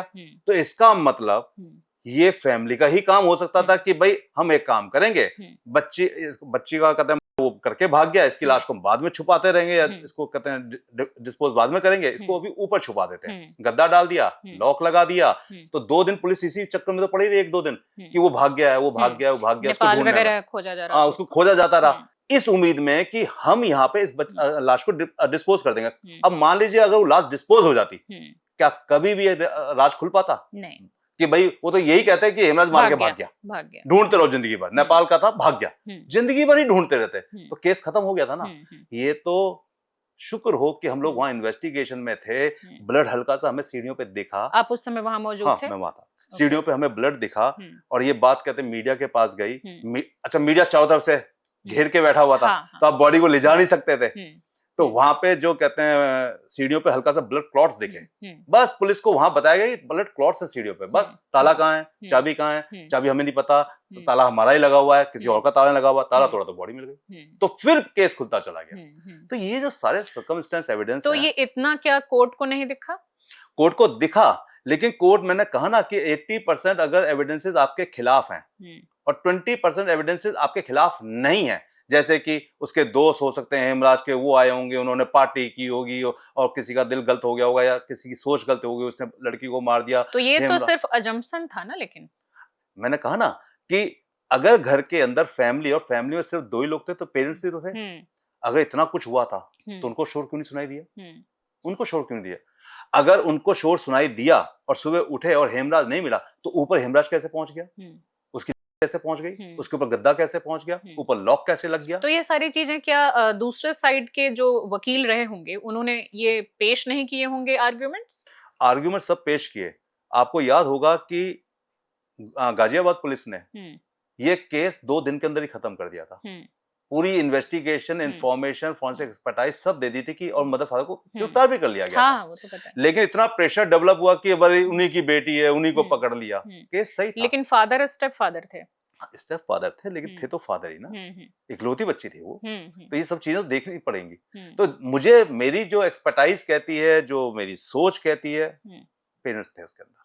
ओके, इस तरह के और कौन से केसेस रहे हैं जिसमें कि आपको लगा कि ये जो 80% 20% वाली बात आप कर रहे हैं कि उसमें सब कुछ सामने था फिर भी इंसाफ नहीं मिला? बहुत सारे केसेस हैं, जैसे 1-2 कोई फेमस केस। सुशांत तो आपको मैंने बताया ही है, ठीक है, वो तो और अब ऐसे तो मुझे तुम्हें याद नहीं आ रहा है, सीरियसली बताऊं। नहीं, कोई फेमस ना भी हो तो जिसमें आपको बहुत लगा हो कि अरे ये तो सब सामने है, फिर भी सबूतों के अभाव में उसको छोड़ दिया गया हो, जिस तरह से हमने अभी आरुषि की बात की, निठारी की बात की, इस तरह के कुछ केसेस आपके सामने रहे हों और आप भी उसका पार्ट रहे हों। सुनंदा पुष्कर का केस कह सकता हूं मैं। ओके, उसमें आपको क्या लगता है? वो भी बहुत हाई प्रोफाइल मामला था। सुनंदा पुष्कर पे मेरे काफी इंटरव्यू चले थे, एक्सपर्टाइज भी मैंने काफी दी थी। भाई सुनंदा पुष्कर की उस खबर को मैंने भी उस समय कवर किया हुआ था। एक हाई प्रोफाइल ये लाइफ दोनों की ही, पति पत्नी की, हालांकि कई शादियां इनकी हुई थी, दोनों एक दूसरे के तीसरे पति और तीसरे पत्नी थे, और एक लव मैरिज थी इनकी, और उसके बाद ये दर्दनाक और दुखद अंत। सुनंदा पुष्कर को बताया गया कि दवाई की, कहते हैं दवाइयां जो खा ली हैं उसकी वजह से कुछ रिएक्शंस हो सकते हैं। मेरा कहना ये था, वो लेडी समझदार है, बहुत मैच्योर लेडी थी, आई थिंक 50-55 एज रही होगी, मुझे एग्जैक्टली याद नहीं है, बहुत पुराना केस हो गया। तो जब मेरे से एक्सपर्टाइज पूछी गई तो मैंने कहा कि ये लीला होटल था शायद दिल्ली वाला, उसके अंदर उनकी बॉडी मिली थी, और वहां काफी दिन से रह रही थी, हस्बैंड से कोई प्रॉब्लम चल रही थी, शायद वहां से वहां रह रही थी, घर अंदर, कमरा अंदर से बंद था। तो मेरा कहना था कि देखिए, जब किसी का कत्ल हुआ या किसी ने किया, उसका जो भी पार्टनर अगर वो बहुत हाई प्रोफाइल है और बहुत उसके कनेक्शंस हैं, तो बहुत सारी चीजें कहीं ना कहीं से लाई जा सकती हैं। जैसे कि मान लीजिए आपको पता है कि, मुझे पता मेरा पार्टनर ये दवाइयां रोज यूज करता है, जैसे कि थायराइड आपको गोली सुबह लेनी है, आपको शुगर की है, आपको बीपी, कुछ दवाइयां ऐसी हैं जो आपको डेली लेनी है, उसका एक टाइमिंग भी है। अगर ये मुझे अच्छी तरह पता है तो ऐसा कुछ नहीं है कि मैं किसी भी दवाई के अंदर कुछ भी ऐसा मिक्स करवा के, क्योंकि दवाइयां नकली बनती हैं हमारे देश के अंदर। बिल्कुल बनती है। ये मोहाली के अंदर, पंजाब के अंदर, गाजियाबाद के अंदर हजारों फैक्ट्रीज हैं जो पकड़ी जाती हैं। जो नहीं पकड़ी जाती वो पुलिस की वजह है कि नहीं पकड़ते, लेकिन मुझे पता है कि आज भी खूब नकली दवाइयां बन रही हैं। नकली दवाई है क्या? चौक मट्टी की, खट्टी की, उसको बनाया, उसके ऊपर क्या था, रैपर लगाया, मशीनें रैपर लगी मिल जाती हैं, कंपनी का नाम लगाया, बिक रही हैं। तो उसमें दवाई अगर कोई गलत डाल दी जाए, जिसका रिएक्शन, क्योंकि देखिए हर दवाई का एक रिएक्शन तो है, केमिकल रिएक्शन है। थोड़ा सा अगर आप स्टडी करते हैं कि इस दवाई के साथ अगर ये वाला कंपोनेंट अगर मिला के दे दिया जाए तो इसका रिएक्शन अटैक हो सकता है। कोई बड़ी बात नहीं कि आपने वो दवाई रैपर बदल दिया हो, अटैक हुआ हो, आपने अंदर पहुंचे हो, उस रैपर को हटा के फिर वही नया वाला रैपर रख दिया हो, ये सब चीजें हो सकती थी। तो मुझे यहां लगा कि हो सकता था कि ये हो, लेकिन साइड मान लिया गया। सर्कमस्टेंशियल जो एविडेंस होते हैं उसको क्या इंडिया में और यहाँ के लीगल प्रोसेसेस में कम महत्व दिया जाता है, बशर्ते कि जो डायरेक्ट प्रूफ और गवाह हो? सर्कमस्टेंस एविडेंसेस सबसे ज्यादा मर्डर केसेस के अंदर यूज होते हैं, क्योंकि मर्डर केसेस के अंदर कभी भी आई विटनेसेस नहीं मिलेंगे। आप घर के अंदर बैठे हैं, आपने एक को शूट किया, आप चले गए रिवॉल्वर लेकर, अब यहाँ पे आई विटनेस तो कोई है ही नहीं। तो यहाँ पे सर्कमस्टेंस एविडेंसेस क्या होंगे कि जी श्वेता से सबसे लास्ट में संजीव देशवाल जी मिले थे, इतनी देर अंदर थे, इनकी मोबाइल लोकेशन ये कह रही थी, इनकी गाड़ी बाहर खड़ी थी, ये सर्कमस्टेंस एविडेंसेस हैं। अब इन सर्कमस्टेंस एविडेंस में से एक भी चीज अगर गायब हो जाती है कि संजीव देशवाल जी का मोबाइल यहाँ नहीं था, लेकिन अब तो ज्यादातर लोगों को क्राइम शोज वगैरह, फिल्में वगैरह देख के पता है कि मोबाइल लेके नहीं जाना है क्राइम सीन पे। बिल्कुल। तो अब तो बहुत लोगों को, आम लोगों को भी पता है, तो अब तो ये सब चीजें फिर कैसे मैच करेंगी? मैं बताता हूँ। हम जिन क्रिमिनल्स की बात कर रहे हैं वो हार्ड कोर क्रिमिनल्स नहीं है, नंबर 1। ओके।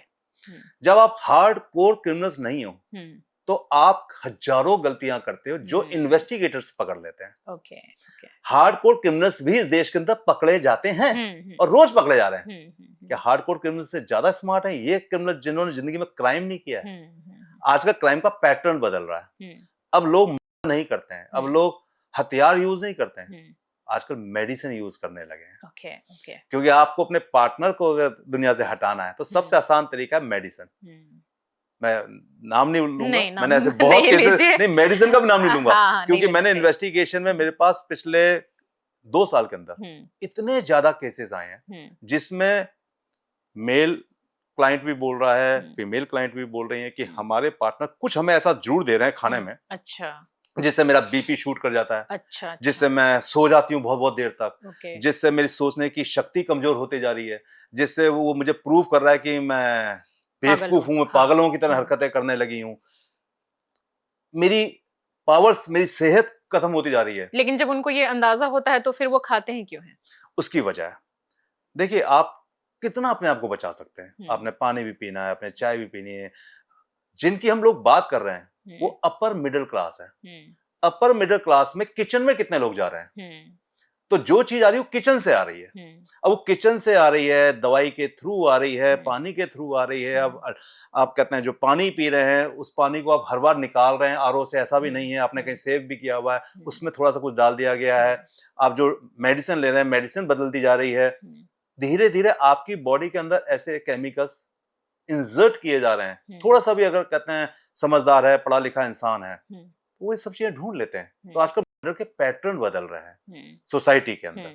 या तो आप चीट कर रहे हैं और या फिर आप उसको कमजोर कर रहे हैं। आपको लगता है कि मैं अपने पार्टनर को नहीं छोड़ पाऊंगा, क्योंकि मैं पार्टनर को छोड़ता हूं तो काफी मेरे को फाइनेंशियल लॉसेस हो सकते हैं। बिल्कुल। तो इस फाइनेंशियल लॉसेस से बचने का तरीका बेहतर क्या है कि पार्टनर मेरे साथ रहे लेकिन मेरे ऊपर नजर ना रख पाए। उस लायक ही ना बचे। उस लायक ही ना बचे। तो इस चीज पे लोग ज्यादा काम कर रहे हैं। मेरा ऐसा देखना आया है पिछले 2-3 साल के अंदर। ये पैटर्न बहुत देख रहा हूं। बहुत ही खतरनाक है। लेकिन एग्जैक्टली इस सोसाइटी के अंदर ये पैटर्न आना बहुत ज्यादा खतरनाक है, क्योंकि लोग जानते हैं कि हम कोई भी गलती करेंगे तो पकड़े जाएंगे। लेकिन एक लेडी अगर बीमार रहने लगी है तो उसकी एक हिस्ट्री बननी शुरू हो जाती है कि जी इसको तो बीपी रहा करता था, इसको तो शुगर थी, इसको थायराइड था, ये था, वो था, मल्टी प्रॉब्लम्स थी, तो इसलिए ऑर्गन फेल हो गया, इसको हार्ट अटैक आ गया। ज्यादातर लोग क्या कह देते हैं, हार्ट अटैक इसलिए आया कि कोरोना के इंजेक्शंस लगे थे। कहीं भी स्टोरी घुमा दो, कहीं भी स्टोरी घुमा दो। हाँ, आप जब डेथ होती है किसी की तो आप कहाँ लेके जाते हैं? आप अपने ज्यादा उस डॉक्टर के पास लेके जाते हैं जो आपके फैमिली डॉक्टर्स होते हैं। फैमिली डॉक्टर आपके ऊपर जल्दी शक नहीं कर पाता है।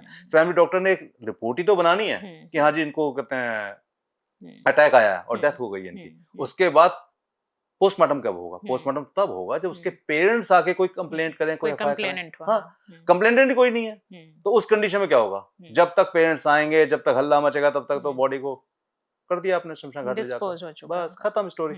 तो फिर ऐसे केसेस तेजी से बढ़ रहे हैं, ये पैटर्न तेजी से बढ़ रहा है। हम तो आपके चैनल के द्वारा कहना भी चाहेंगे कि अगर जिसको थोड़ा सा भी ऐसा लगता है तो उसको इमीडिएटली अपने मेडिकल चेकअप करवाने चाहिए, अपनी मेडिकल हिस्ट्री को अच्छी तरह कहते हैं चेक करना चाहिए, बेस्ट डिटेक्टिव हायर करने चाहिए, बेहतर है। ओके, बेस्ट डिटेक्टिव लेकिन हायर करना चाहिए, लेकिन वो सर्विस तो हर कोई ले नहीं सकता क्योंकि काफी महंगी होती होगी सर्विस। इसके बारे में भी थोड़ा बताइए।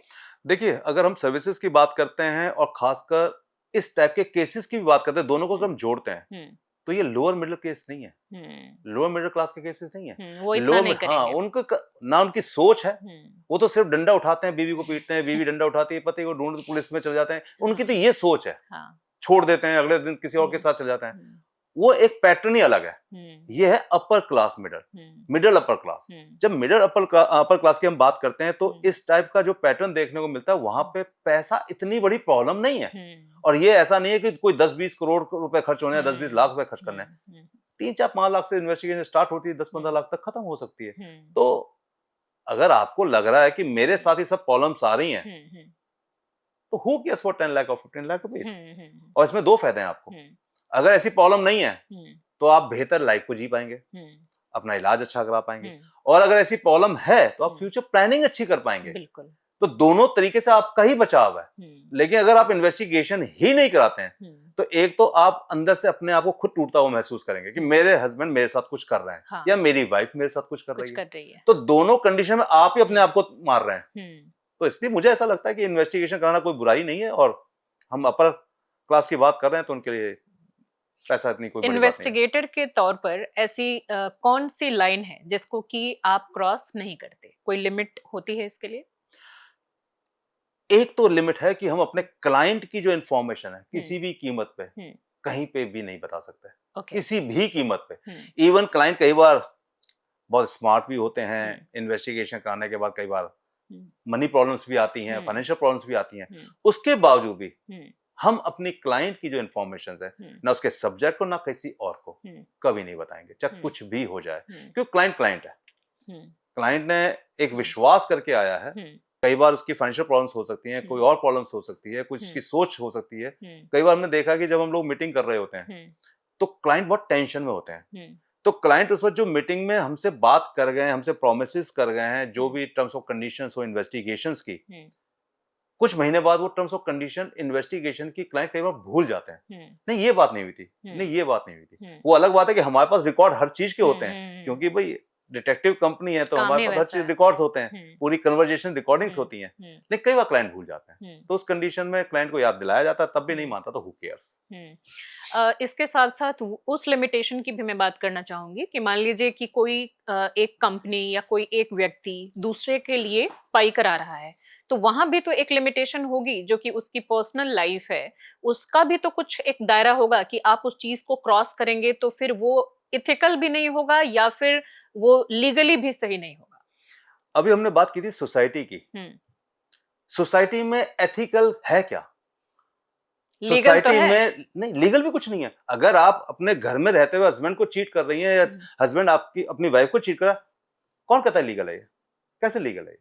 आप मोरली वैल्यूज देख लें, ह्यूमन नेचर देख लीजिए, कैसे लीगल है? तो जिस सिटी और कंट्री में हम लोग रहते हैं, जिस सोसाइटी में रहते हैं, वहां पे जब सब कुछ लीगल नहीं है तो आप एक प्राइवेट डिटेक्टिव से ये उम्मीद भी क्यों करते हैं या पुलिस से भी उम्मीद क्यों करते हैं कि जो भी इन्वेस्टिगेशन होगी वो लीगली दायरे में ही होगी? कोशिश पूरी है कि लीगल दायरे में ही हो, इसमें कोई दो राय नहीं है, लेकिन लीगल ही दायरे में हो, ये कैसे पॉसिबल है? तो किसी के पर्सनल स्पेस को भी इन्फ्रिंजमेंट का आप लोग कभी करते हैं ऐसा? करते नहीं है, क्योंकि नेचुरली हमें पता है कि कहाँ क्या बोलना है। इन्वेस्टिगेशन में हमें पता है कि इन्फॉर्मेशन कैसे गैदर करनी है। हाँ, सामने वाले को हार्म किसी तरीके से ना हो।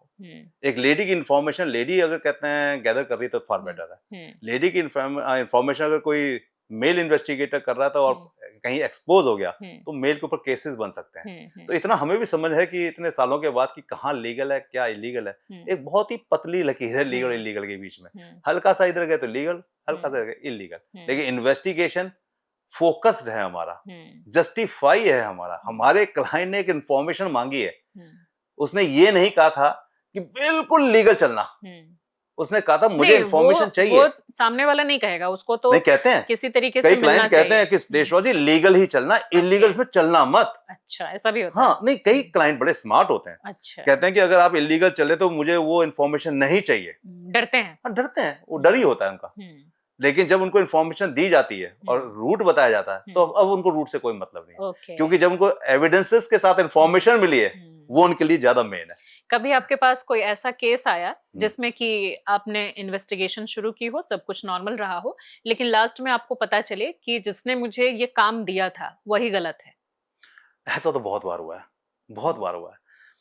एक लेडी हमारे पास आती है, अच्छा वो आपने केस पूछ लिया। अच्छा, क्योंकि बड़ा अजीब सा केस है ये हमारी सोसाइटी के लिए। एक लेडी हमारे पास आती हैं और कहती हैं कि देशवाल जी मेरे हस्बैंड से काफी सालों से बन नहीं रही है और थोड़ा सा इन्वेस्टिगेशन कीजिए और देखिए कि मेरे हस्बैंड की क्या मूवमेंट है, कहीं किसी से इन्वॉल्व तो नहीं है, क्योंकि फाइनेंशियली वो मेरी ज्यादा अच्छी हेल्प नहीं कर रहे हैं। कमा हम दोनों रहे हैं लेकिन वो थोड़ा सा अलग होने लगे। मैं ठीक है, करते हैं इन्वेस्टिगेशन। हस्बैंड को ऑब्जर्व में रखा, उसके डिजिटल फुटप्रिंट्स को चेक किया, सर्विलेंस में रखा, उसके आसपास के जितने भी दोस्त यार फ्रेंड्स सब थे उनको इन्फॉर्मेशन करके जितनी भी इन्फॉर्मेशन गैदर की जा सकती थी वो सब देखा। 2-3 महीने हो गए, कोई 1% भी ऐसी इन्फॉर्मेशन नहीं मिली जिसे हम ये कह सके कि उसके हस्बैंड हमारे क्लाइंट को चीट कर रहे हैं। तो यानी कि ये भी हो सकता था कि ये खुद चीट कर रही हूँ और चाह रही हूँ कि उधर से भी कुछ मिल जाए? यही तो बता रहा हूँ मैं आपको। ओह मैंने भी आपके साथ रह के 1 घंटे में थोड़ा समझ लिया। नहीं, तो नेचुरली तो तभी तो हम हैरान हुए।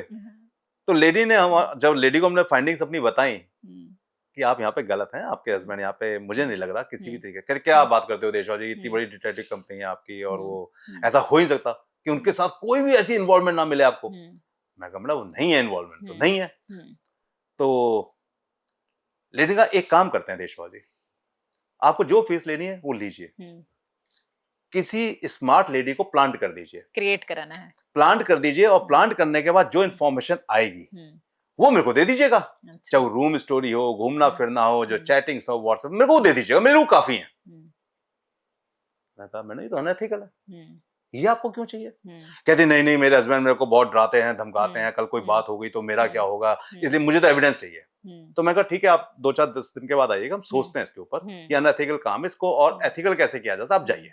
और आपने क्या सोचा अब इनके पीछे पड़ना है? अब जब लेडी चली गई तो हमने अपनी टीम को बिठाया, मैं कहा यार देखो 3 महीने हमने इनके हस्बैंड की इन्वेस्टिगेशन की और कुछ भी तो नहीं मिला। ये कैसे हो सकता है कि उसका हस्बैंड अगर इतना सही है और ये फिर भी हमें पीछे पड़ी, और जो इसने अब डिमांड रखी है ये अनएथिकल डिमांड है। बिल्कुल। अगर ये अनएथिकल डिमांड इसने की है तो इसका मतलब कहीं ना कहीं कोई ऐसी स्टोरी जरूर है जो लेडी इन्वॉल्व है। एक काम करो यार 10 दिन लेडी के काम करते हैं, इन्वेस्टिगेशन करते हैं फ्री में, क्या पैसा तो मिला ही हुआ है। हाँ ठीक है, तो 10 दिन लेडी को देखते हैं। जो लेडी की इन्वेस्टिगेशन की, तो देखो इन्वेस्टिगेशन में ना 10-15 दिन के अंदर दिखने लग जाता है कुछ ना कुछ। ऐसा नहीं है कि आपको दिखेगा ही नहीं, दिखना शुरू हो जाता है। एविडेंस क्रिएट करने में टाइम जरूर लग सकता है लेकिन दिखना शुरू हो जाता है कि भाई किस टाइप की मूवमेंट है, सेफ हाउस कहाँ पे है, कहाँ ही जाते हैं, सस्पिशियस एक्टिविटी क्या है, किन लोगों के साथ ज्यादा क्लोज दिख रहे हैं, वो लोग कौन है, हाव भाव क्या है बातचीत करने के, वो चीजें दिखनी शुरू हो जाती है। ऐसा नहीं है। तो टीम ने बोला कि सर ये तो कम से कम 2 या 3 लोगों के साथ इन्वॉल्व दिख रही है, तो मैं किस तरीके से कह सकते हो? कहता सर ये इतने बजे इस होटल में गई हैं। अच्छा। और लॉबी में दिखी नहीं, रेस्टोरेंट में दिखी नहीं, गाड़ी इनकी नीचे खड़ी थी, तो इसका रूम में ही गई हैं।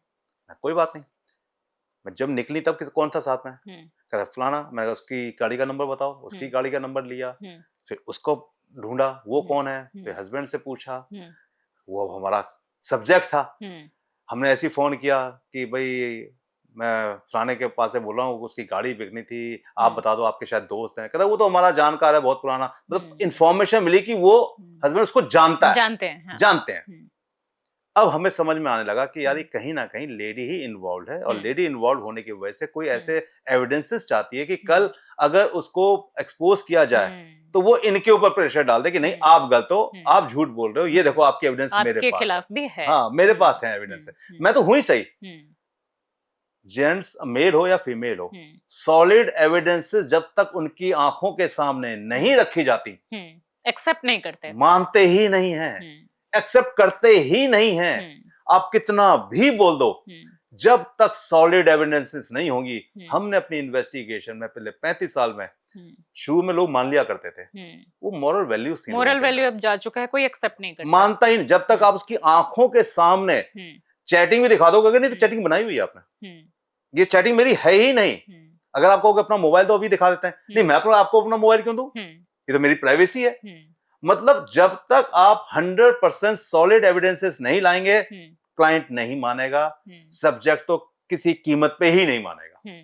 तो आज सॉलिड एविडेंसेस की बहुत इंपॉर्टेंस है। तो फिर उस लेडी वाले केस में क्या हुआ? लेडी वाले केस में हमने लेडी को समझाया कि आप देखिए गलत कर रही है, आप अपने हस्बैंड पे खामोशी कर रही है, आप खुद इन्वॉल्व हैं, आप समझ रही हैं, हम आपके ऊपर आरोप नहीं लगाना चाहते, लेकिन इस तरीके की इन्वेस्टिगेशन को बंद करवाइए। हम दोबारा किसी डिटेक्टिव कंपनी पर जाके अनएथिकल वर्क मत करवाइएगा। अगर हमें कभी कुछ पता चला तो आप प्रॉब्लम में आएंगे, क्योंकि आप गलत हैं। हम यहाँ पे इस स्टोरी को ओवर कर रहे हैं, यहाँ पे हम इस चीज को क्लोज कर रहे हैं। आप हमसे कभी नहीं मिली, हम आपसे कभी नहीं मिले, हमने आपके हस्बैंड की इन्वेस्टिगेशन नहीं की, आपने हमें कोई पेमेंट नहीं दी, दैट्स ऑल। लेकिन आपको इतना समझ होगा, यहाँ पे क्या है कि काउंसलिंग पार्ट एक बहुत इंपॉर्टेंट रोल है। जब आप किसी प्रोफेशन बहुत टाइम निकाल देते हैं तो वहाँ काउंसलिंग पार्ट अपने आप ही इन्वॉल्व हो जाता है। तो यहाँ पे काउंसलिंग करनी बहुत इंपॉर्टेंट होती है। पता नहीं कितने घर बचाए होंगे हमने, कितनी लेडीज को क्या से बचाया होगा। जब लेडी बैठी है, बता रही है, रो रही है, फोन पे कह रही है कि संजीव जी मैं कल कर लूंगी, मेरे साथ इतना प्रॉब्लम ये वो, बुलाओ उनको, ऑफिस में बिठाओ, लंच डिनर उनके साथ करो, उनको काउंसलिंग करो। काउंसलिंग पार्ट बहुत इंपॉर्टेंट हो जाता है इतना, क्योंकि हम लोग लाइफ को इतना क्लोजनेस से देखते हैं, तो जो हमारे वर्ड्स होते हैं वो इफेक्ट करते हैं, क्लाइंट के ऊपर इफेक्ट करते हैं कि हाँ क्लाइंट ये सही बोल रहे हैं देशपाल जी। मैं कहा यार ये लाइफ है, एक लाइफ मिली है, इसके मतलब जाना है तो देश के लिए जाओ, किसी अच्छे काम के लिए जाओ, इस घटिया इंसान के लिए क्यों जाना चाहते हो, बस ये समझा दो उसको, छोड़ो, एंजॉय करो लाइफ को। यस, यही वर्ड होता है। मैं लाइफ आप भी तो जीने आई हो, लाइफ आप जियो, प्रॉब्लम कहाँ है, कहाँ? तो कहते हैं गुनाह होगा, मैं बिल्कुल गुनाह नहीं है। गुनाह तब था जब आपका हस्बैंड आपके इमोशनली हर तरीके से ओके था, सपोर्ट कर रहा था। आप अपनी जीवन में किसी को चुनिए, एक को चुनिए, अच्छे को चुनिए, उसके साथ चलिए। हस्बैंड को तलाक देते तो बहुत अच्छी बात है, नहीं देता तो हु केयर्स। तो जहां हम काउंसलिंग पार्ट जोड़ते हैं वहां पर उनको फायदा होता है। बिल्कुल, ये तो बहुत घरों को, जैसे आपने बचाया, खुद बताया। क्या कोई ऐसा केस भी रहा जिसमें कि आपको अफसोस हुआ कि इसमें ये इन्वेस्टिगेशन की वजह से किसी ने कुछ बुरा किया? देखिए, बुरा करने की कोशिश बहुत लोगों ने की, अच्छा, लेकिन बुरा हो नहीं पाया। प्रभु की दया है कि बुरा करने की बहुत लोगों ने कोशिश की, मतलब अपना सुसाइड कर लिया, करने की कोशिश की, या अपने हस्बैंड को मारने की कोशिश की। अच्छा, एक लेडी कहते हैं इन्वेस्टिगेशन कराने आई थी, उसके हस्बैंड बॉम्बे रहते थे, वो कहीं इन्वॉल्व थे, तो लेडी ने हमें काफी कहा कि आपको जितना पैसा चाहिए उसको मरवा दो, उसको आप करवा दो, मैं जितना पैसा चाहिए, 1 करोड़ 2 करोड़ 3 करोड़ जो चाहिए आपको मरवा दो। मैंने कहा आप किसी कॉन्ट्रैक्ट के पास थोड़ी आई है मैम, सही बात है, आप एक प्राइवेट डिटेक्टिव के पास आई हैं, हस्बैंड आपके गलत हैं, आपने उनको मरवा दिया, आपको क्या लगता है मरवाने के बाद क्या क्या होगा? आप बच जाएंगी, वो भी पकड़ा जाएगा, आप भी पकड़ी जाएंगी, फिर आप जेल जाएंगी। क्यों जेल जाएंगी? आप क्यों जाना चाहती हैं? उस आदमी के लिए जेल क्यों जाना चाहती हैं? चलिए ये बताइए। नहीं मैं क्यों जेल जाऊंगी? मैंने आपको ऐसा क्यों लगता है कि आप बच जाएंगी? इतना ओवर कॉन्फिडेंट आप क्यों हैं? अगर इतना ओवर कॉन्फिडेंट है तो आप भी जाके मार दीजिए। तो मैं कहा मारना इतना खत्म करिए, इससे बेहतर तरीका ये है कि उस हस्बैंड को अपनी वो दिखाइए एविडेंसेस और तलाक लीजिए बॉस। तो वहां कई जगह बुरा होते होते हमने कई बार बचाया है। मुझे याद नहीं आता कि कहीं अगर बुरा भी हो गया हो एक आध जगह, तो मुझे आइडिया नहीं है क्योंकि हमने कांटेक्ट नहीं किया, लेकिन 99% मुझे उम्मीद है कि हर जगह बुरा होने से बचाया गया। ऐसा कोई केस रहा जिसमें कि पब्लिक पूरी तरह से कन्विंस हो कि यही इसमें शख्स है, इसके पीछे दोषी, लेकिन वास्तव में जब आपने उस केस को स्टडी किया और इन्वेस्टिगेट किया तो उसका रिजल्ट बिल्कुल चौंकाने वाला रहा? स्पेशल तो यही है सुशांत में रिया। अच्छा, ये इस तरह के केस? रिया को तो बेचारी को बना ही लिया था ना सब कुछ। लेकिन रिया ठीक है, उसको अच्छा नहीं लगा, वहां जीना पसंद नहीं आया, अपना उसने समाज ढूंढा, चली गई। उसे पकड़ा गया तो सिर्फ ड्रग्स के लिए पकड़ा गया ना, क्योंकि उसकी चैट मिल गई थी मोबाइल के अंदर। हाँ। पुलिस ने उसे कभी भी किसी कहते हैं सुशांत के साथ रिलेटेड करते हुए अरेस्ट नहीं किया। लेकिन मीडिया में मुझे याद नहीं आता कोई चैनल ऐसा हो जिसने रिया को नहीं ठहराया हो। सबने उसकी तो लाइफ हेल्प करने की पूरी कोशिश की। इन्वेस्टिगेशन में हमने भी बहुत बार बोला कि भाई उसके ऊपर चार्जेस क्या है, इस पे तो देखो। नहीं रिया ही है। तो ऐसे केसेस हैं। बिल्कुल। इंटरनेशनल कुछ केसेस की भी आप बात कर रहे थे कि बहुत सारे आपने अलग अलग देशों में लोगों को अरेस्ट भी करवाया है। कोई ऐसा इंटरनेशनल केस जो कि बहुत ही माइंड ब्लोइंग रहा हो या आपको सोचने पे मजबूर किया हो जिसने? देखिए, इंटरनेशनल केसेस जो ज्यादातर होते हैं उसमें मैट्रिमोनियल केसेस हो सकते हैं, फ्रॉड केसेस हो सकते हैं, ट्रेस आउट केसेस हो सकते हैं। जैसे कि कोई कितना हमारे देश से क्या करते हैं लोग, दुबई जैसे चले गए, दुबई में उन्होंने अपना बिजनेस शुरू कर दिया, तो पूरा प्लानिंग करके जाते हैं यहाँ से वहां पे, अपना विश्वास बनाते हैं। विश्वास बनाने के बाद क्रेडिट के ऊपर खेलते हैं। पहले 2 लाख का माल लेते हैं, 2 लाख वापस दे देते हैं, फिर 10 लाख का माल देते हैं, 10 लाख रुपए देते हैं। ऐसे धीरे धीरे क्रेडिट बनाते बनाते जब विश्वास हो जाता है तो एक दिन 2 करोड़ का माल उठाते हैं और कहते हैं उसको चेक पे ले लेते हैं, और फिर 2 करोड़ का माल बेकार गायब हो गए। इस तरीके से कई लोगों को हमने, खासकर इंटरपोल के केसेस में कई लोगों को अरेस्ट करवाया। कुछ ऐसे भी आपके अलावा, जैसे कि आपकी अपनी टीम है, अपने लोग हैं, आप लोग इन्वेस्टिगेट करते हैं, कुछ ऐसी भी एजेंसियों को आपने देखा है जो कि इस तरीके के केसेस इन्वेस्टिगेट करते हो और सही जानकारी ना हो फिर भी वो क्लाइंट को दे देते हो, फायदा उठाते हो? देखिए, ब्लैक शिप हर प्रोफेशन में है। मैं अपने प्रोफेशन को बोलूं, दुनिया का सबसे बेहतर प्रोफेशन है, कोई दो राय नहीं है, लेकिन ब्लैक शिप तो हर प्रोफेशन के अंदर है। चाहे डॉक्टर्स, पुलिस, पॉलिटिशियंस, किस लिए आए हैं देश के अंदर? सेवा करने। तो क्या इन पे ब्लैक शिप नहीं होती है? हाँ, होती है। तो बस, तो ब्लैक शिप हमारे भी प्रोफेशन में हो सकती है। इसमें कोई बड़ी हैरानगी वाली बात नहीं है। ये तो क्लाइंट के ऊपर है कि क्लाइंट किस कंपनी को हायर कर रहा है, वो कंपनी कब से चल रही है, उसका अपना ऑफिस है, उसका अपना क्या बैकग्राउंड है, ये क्लाइंट के ऊपर है। तो अगर किसी को इस तरह का कराना हो तो वो कहाँ पर, किस तरीके से खोजे? जैसे आपकी कंपनी है, इस तरह से और भी कंपनियां होंगी, अच्छी या नॉर्मल जो भी होंगी, तो उनको किस तरीके से लोग अप्रोच कैसे करते हैं? तरीका क्या होता है? देखिए, ज्यादातर तो अप्रोच करते हैं, ये प्राइवेट इन्वेस्टिगेशन है। आप एक प्राइवेट डिटेक्टिव से जब मिल रहे होते हैं तो आपके जो केसेस हैं या जो आपकी प्रॉब्लम्स हैं वो बड़ी ना कॉन्फिडेंशियल होती हैं। आप अपने रिश्तेदारों से भी वो नहीं बता पाते हैं, आप अपने दोस्तों से नहीं बता पाते हैं, तो आप वो इंफॉर्मेशन किससे बात कर रहे हैं, किससे शेयर कर रहे हैं? एक अनजान आदमी से शेयर कर रहे हैं। प्राइवेट डिटेक्टिव जरूर है लेकिन वो अनजान है आपके लिए। हाँ, बिल्कुल। तो ऐसे में अगर आप रेफर लेते हैं तो ज्यादा फार बेटर होता है कि भाई आपको रेफरेंस दिया गया कि मैंने उससे काम कराया था, आप भी काम करा सकते हो, तो फार बेटर है। अगर ऐसा नहीं हो पाता है तो आप आजकल गूगल पे ही लोग ज्यादा सर्च करते हैं। गूगल पे सर्च करते हैं या किसी मैगजीन में देखते हैं या कहीं पे ऐड देखते हैं या कहीं टीवी पे देखते हैं।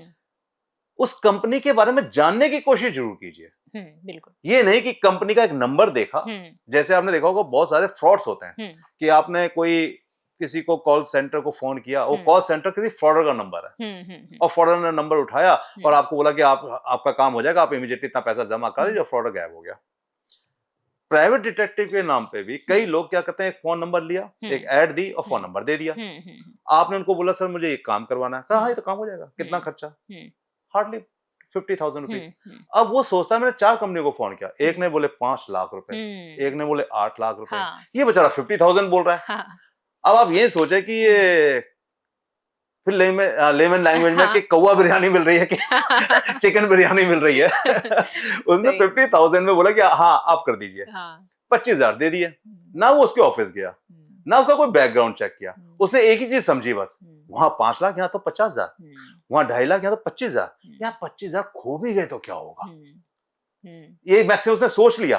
और 25,000 खो भी गए। 2 बार फोन किया, 4 बार फोन किया, नहीं उठाया। अब कितनी बार फोन करेगा, क्योंकि फोन ही बंद आ रहा है, ब्लॉक कर दिया या फोन ही फेंक दिया उसने, सिम ही तोड़ दी उसने 10-20 केस ऐसे करके। तो यहाँ पे क्लाइंट की ड्यूटी बनती है कंपनी को समझे, कंपनी के ऑफिस में जाके मीटिंग करे, कंपनी के बैकग्राउंड को चेक करे। अगर कोई कंपनी 10, 15, 20 साल पुरानी है तो अच्छी कंपनी है। सबसे पहली बात, उसका अपना एक ही ऑफिस है, अलग अलग ऑफिसेस नहीं है, तो भी अच्छी कंपनी है। उसका अपना ही एक मोबाइल नंबर है, जो पुराने मोबाइल नंबर है, वो भी एक अच्छी बात है। अगर उसके बारे में कहीं मीडिया के अंदर कुछ है तो वो भी बेहतर बात है। हाँ, तो ये सारी चीजें अगर किसी अच्छी कंपनी में मिल रही है तो पैसे को एक तरफ रखे, अपने फोकस करे अपनी इन्वेस्टिगेशन पे कि उसे चाहिए क्या। अगर मुझे अच्छा खाना खाना है तो मैं ढाबे पे जाके थोड़ी बैठ जाऊंगा। अगर मुझे अच्छा खाना खाना है मैं अच्छी जगह जाऊंगा। लेकिन अगर मैं पे नहीं कर सकता हूं तो मैं कोशिश करूंगा फिर अपने घर में खाना बना लूं, खुद ही इन्वेस्टिगेशन कर लूं। हाँ, कई लोग मेरे पास आते हैं इन्वेस्टिगेशन कराने के लिए और जब कई बार फीस हैवी लगती है उनको हाँ, तो कहते हैं देशवाल जी हम ये पे नहीं कर पाएंगे। मैं नो प्रॉब्लम, मैं आपको तरीका बताता हूँ, आप ऐसे ऐसे तो इन्वेस्टिगेशन ये भी तो एक बड़ी हेल्प हुई। हाँ मैं ये हेल्प जिस करता हूँ। तरह से वकील तो सिर्फ बात करने के ही अच्छे खासे पैसे चार्ज कर देते हैं। नहीं, बात करने के हम भी लेते हैं, कंसल्टेंसी फीस जरूर हाँ, लेते वो हैं। अलग है, लेकिन इस तरह से जो आप वो एक तरीके नॉमिनल बता फीस है, रहे हैं। 10,000 रुपीज आपने एक हाँ। घंटे की कंसल्टेंसी फीस दी, कहाँ 5 लाख रुपए केस के थे 10,000 दिया और हाँ। 10,000 में आपने रेमेडीज बताई इसको बता दें। कि आप ऐसे कर सकते हैं, ऐसे कर सकते हैं। वजह से जीपीएस लगाइए, गाड़ी में लगाइए, उसकी गाड़ी में रिकॉर्डर लगा दीजिए, घर में रिकॉर्डर लगा दीजिए, आपको काफी इन्फॉर्मेशन गैदर हो जाएंगी, रिकॉर्डर आपको वहां से मिल जाएगा। मतलब जैसे जैसे हम उसकी मदद कर सकते हैं। अभी एक क्लाइंट आए, कहते हैं कि देशवाल जी मैं चले जाता हूँ, मेरी वाइफ से कोई मिलने आता है, ये है वो है, इस तरीके की मेरे को वहाँ पे ऑडियो वीडियो रिकॉर्डिंग चाहिए। मैं ऑडियो तो रिकॉर्डिंग हो, वीडियो हो जाएगी। तो कहता है सर आप वीडियो लगवा दो। तो मैंने इसमें पैसे सर ये तो बहुत ज्यादा है। तो मैं एक काम करो, अपने एक दोस्त का स्कूटर लो, उसके पीछे जो डिग्गी होती है टायर की, उसके अंदर एक कैमरा छुपा दो। मोबाइल कैमरा भी आपका 3-4 घंटे रिकॉर्डिंग करता है। उसके सारी चीजें बंद कर दो चिपका के और गाड़ी को अपने घर की तरफ करके छोड़ के चले जाओ। तो उसमें रिकॉर्डिंग होती रहेगी, आपको ना कोई डिटेक्टिव। आइडिया अच्छा है। हाँ, बहुत लोग सुन रहे हैं। हाँ नहीं सुने, बिल्कुल सुने, फायदा उठाएंगे। तो बड़ा खुश हुआ, कहता सर ये तो आपने बहुत अच्छा आइडिया बताया। हाँ। मैंने कहा और आइडिया सुनने हैं तो ऑनलाइन कंसल्टेंसी फीस जमा करो, मैं आपको आइडियाज दे दूंगा। हाँ। और अगर आपको मेरी मदद लेनी है हाँ। तो फिर मैं इससे ज्यादा बेहतर करूंगा। मैं ऐसे स्कूटर खड़ा करके नहीं आ जाऊंगा। तरीके से होगा। मेरे पास और तरीके टीम हैं। है। हाँ वो तरीके मैं आपको नहीं बताऊंगा। हाँ, बिल्कुल। वो तरीके मेरे हैं। लेकिन अगर आपको मदद चाहिए और पैसा आप पे है नहीं तो तरीके मैं आपको बता सकता हूँ, मदद करनी चाहिए। हम एक ऐसे एज पे आ गए हैं जहां पे अब मुझे ऐसा लगता है कि मेरे को अपने प्रोफेशन से लोगों की मदद भी करनी चाहिए। जो पे मास्टर हैं, कई लोग ऐसे भी हैं ना जिनके पास पैसा तो बहुत है, टाइम नहीं है, कोशिश नहीं है। वो कहते हैं कि मैं अपने दोस्त से तो कराऊंगा नहीं, खुद जाऊंगा तो एक्सपोज हो जाऊंगा, तो देशवाल जी आप ही करिए। वहां पैसे की उनको कोई प्रॉब्लम नहीं है, तो उनके लिए काम करिए, क्या प्रॉब्लम है, जस्टिफाई कीजिए अपने काम को। लेकिन जहां इंसान पैसा नहीं दे सकता है वहां पे रेमेडीज बताइए, तरीका बताइए, क्या बुराई है, कोई बुराई नहीं। बिल्कुल। कॉर्पोरेट फ्रॉड और चीटिंग के भी कुछ केसेस आते हैं, बिजनेस चीटिंग के, उनके बारे में थोड़ा बताइए, कैसे केसेस आते हैं? देखिए कॉर्पोरेट इन्वेस्टिगेशंस में ज्यादातर क्या होता है कि एक कंपनी है, उस कंपनी के अंदर ओनर्स हैं, डायरेक्टर्स हैं। कई बार डायरेक्टर्स क्या करते हैं, पैरेलल अपनी अलग कंपनी खोल लेते हैं, अपनी वाइफ के नाम से, अपने दोस्त के नाम से, अपने फ्रेंड के नाम से। अब आपने किसी ब्रदर के नाम से एक कंपनी खोल ली, आप कंपनी में डायरेक्टर हैं, आपका शेयर मान लीजिए 5% है सिर्फ या 10% है। उस कंडीशन में आप क्या करते हैं, जितनी भी आपके पास इंक्वायरीज आ रही हैं बाहर से सामान प्रोडक्ट लेने की या कुछ भी करने की, वो इंक्वायरी आप लेके आगे पास ऑन कर रहे हैं। आपको पता आप क्या रेट दे रहे हैं, आप फिर पास ऑन कर रहे हैं। आपको पता आप माल कहां से ले रहे हैं, फिर पास ऑन कर, तो धीरे धीरे वो ग्रो कर रही है, ये डाउन होती जा रही है। अब आपको पता है यहाँ तो मैं 10% का पार्टनर हूं, 100 रुपए में मुझे 10 रुपए मिलना है, वो मेरी पूरी कंपनी अपनी है और धीरे धीरे उस कंपनी को उठा रहे हैं आप। यहाँ पे जब ऐसा होता है तो कंपनी ओनर्स हमें फोन करते हैं कि पिछले 2-3 साल में हमारी जो कहते हैं मार्केटिंग कैप है वो कम होती जा रही है। पहले मार्केट कैप कुछ और था और जबकि इंक्वायरी इतनी है, लेकिन वो इंक्वायरी आगे क्लियर नहीं हो रही है, तो कुछ तो है। तो ऐसी कई कंपनी हमने पकड़ी है। कई बार क्या होता है कि कंपनी के अंदर एम्प्लॉइज होते हैं, वो कंपनी की इंफॉर्मेशन राइवल को दे रहे होते हैं। अच्छा। कि भाई यहाँ पे क्या प्रोडक्ट है, कैसा बन रहा है, आगे क्या प्लानिंग्स हैं, क्या रेट्स आ रहे हैं, क्या हमारे क्लाइंट्स हैं, इस टाइप की सारी इंफॉर्मेशन वो किसी ना किसी राइवल को दे रहे हैं। तो कॉर्पोरेट इन्वेस्टिगेशन ऐसी काफी होती हैं। श्रद्धा वाले केस के बारे में थोड़ा बताइए, क्योंकि मैंने श्रद्धा काफी वॉलकर? जो ये श्रद्धा केस जो दिल्ली वाला था, आफ्ताब जिसके अंदर था। हाँ, तो उसको लेकर के आपने कई चैनलों पर कई तरह की बातें, और आप वहां पर मौजूद भी थे, मैं क्राइम सीन पे भी गया था, क्राइम सीन पर भी, इसको लेके थोड़ी सी जानकारी दीजिए। देखिए वहां पे अब कहते हैं ना कि आपको कैसे पता चल गया, इन्वेस्टिगेशन इतनी पुलिस के पहले की आफ्ताब इसमें इन्वॉल्व हो सकता है। वहां पे एक बहुत इंपॉर्टेंट पॉइंट था। अच्छा, वो क्या था? वहां पे एक फ्रिज घर के अंदर ले जाया गया था। फ्रिज था कोई 400 या 500 लीटर वाला बड़ा वाला फ्रिज। आपको हैरानगी होगी, जहां आफ्ताब रहता था वो एक कमरा था, उस कमरे के अंदर एसी तक नहीं लगा हुआ था। अच्छा। उस कमरे के अंदर 400-500 लीटर फ्रिज की कोई जरूरत नहीं थी, और उस फ्रिज को ले जाने के लिए सीढ़ी यूज की गई थी, और फर्स्ट फ्लोर पर उसका कमरा था। मतलब वो सोच से परे था कि इतना बड़ा फ्रिज कोई वहां क्यों लगाएगा। वहां तो 90 लीटर का फ्रिज भी बहुत मतलब काफी था। बिल्कुल बिल्कुल। तो एक आदमी अकेला रहता है, और जोमेटो से खाना मंगाता है, और 400 लीटर के फ्रिज का क्या यूज करेगा। ये जो मुझे इंफॉर्मेशन मिली, ये मेरे लिए अपने आप में सफिशिएंट थे कि ये कहीं ना कहीं फाउल प्ले है, रेड फ्लैग है इस इन्वेस्टिगेशन के अंदर। ये आदमी 100% इन्वॉल्व, और वही हुआ। जब उस फ्रिज की इन्वेस्टिगेशन की गई तो वहां ब्लड क्लॉट्स मिले। आप क्या करते हो, आफ्ताब ने भी यही किया था कि आफ्ताब ने एक केमिकल मंगाया, उससे ब्लड को धोया गया कि ताकि कहीं ब्लड ना रहे। हाँ। लेकिन जो स्ट्रिप होती है कहते हैं फ्रिज की चारों तरफ डोर के अंदर, डोर की स्ट्रिप जो प्लास्टिक है, तो उसके अंदर ना ब्लड कहीं ना कहीं अंदर चला गया। अच्छा। क्योंकि उसने बॉडी को वहां रखा था। हाँ। तो जब ब्लड चला गया, तो जब फॉरेंसिक में हर चीज, फॉरेंसिक तो इन्वेस्टिगेशन ढंग से करेगा।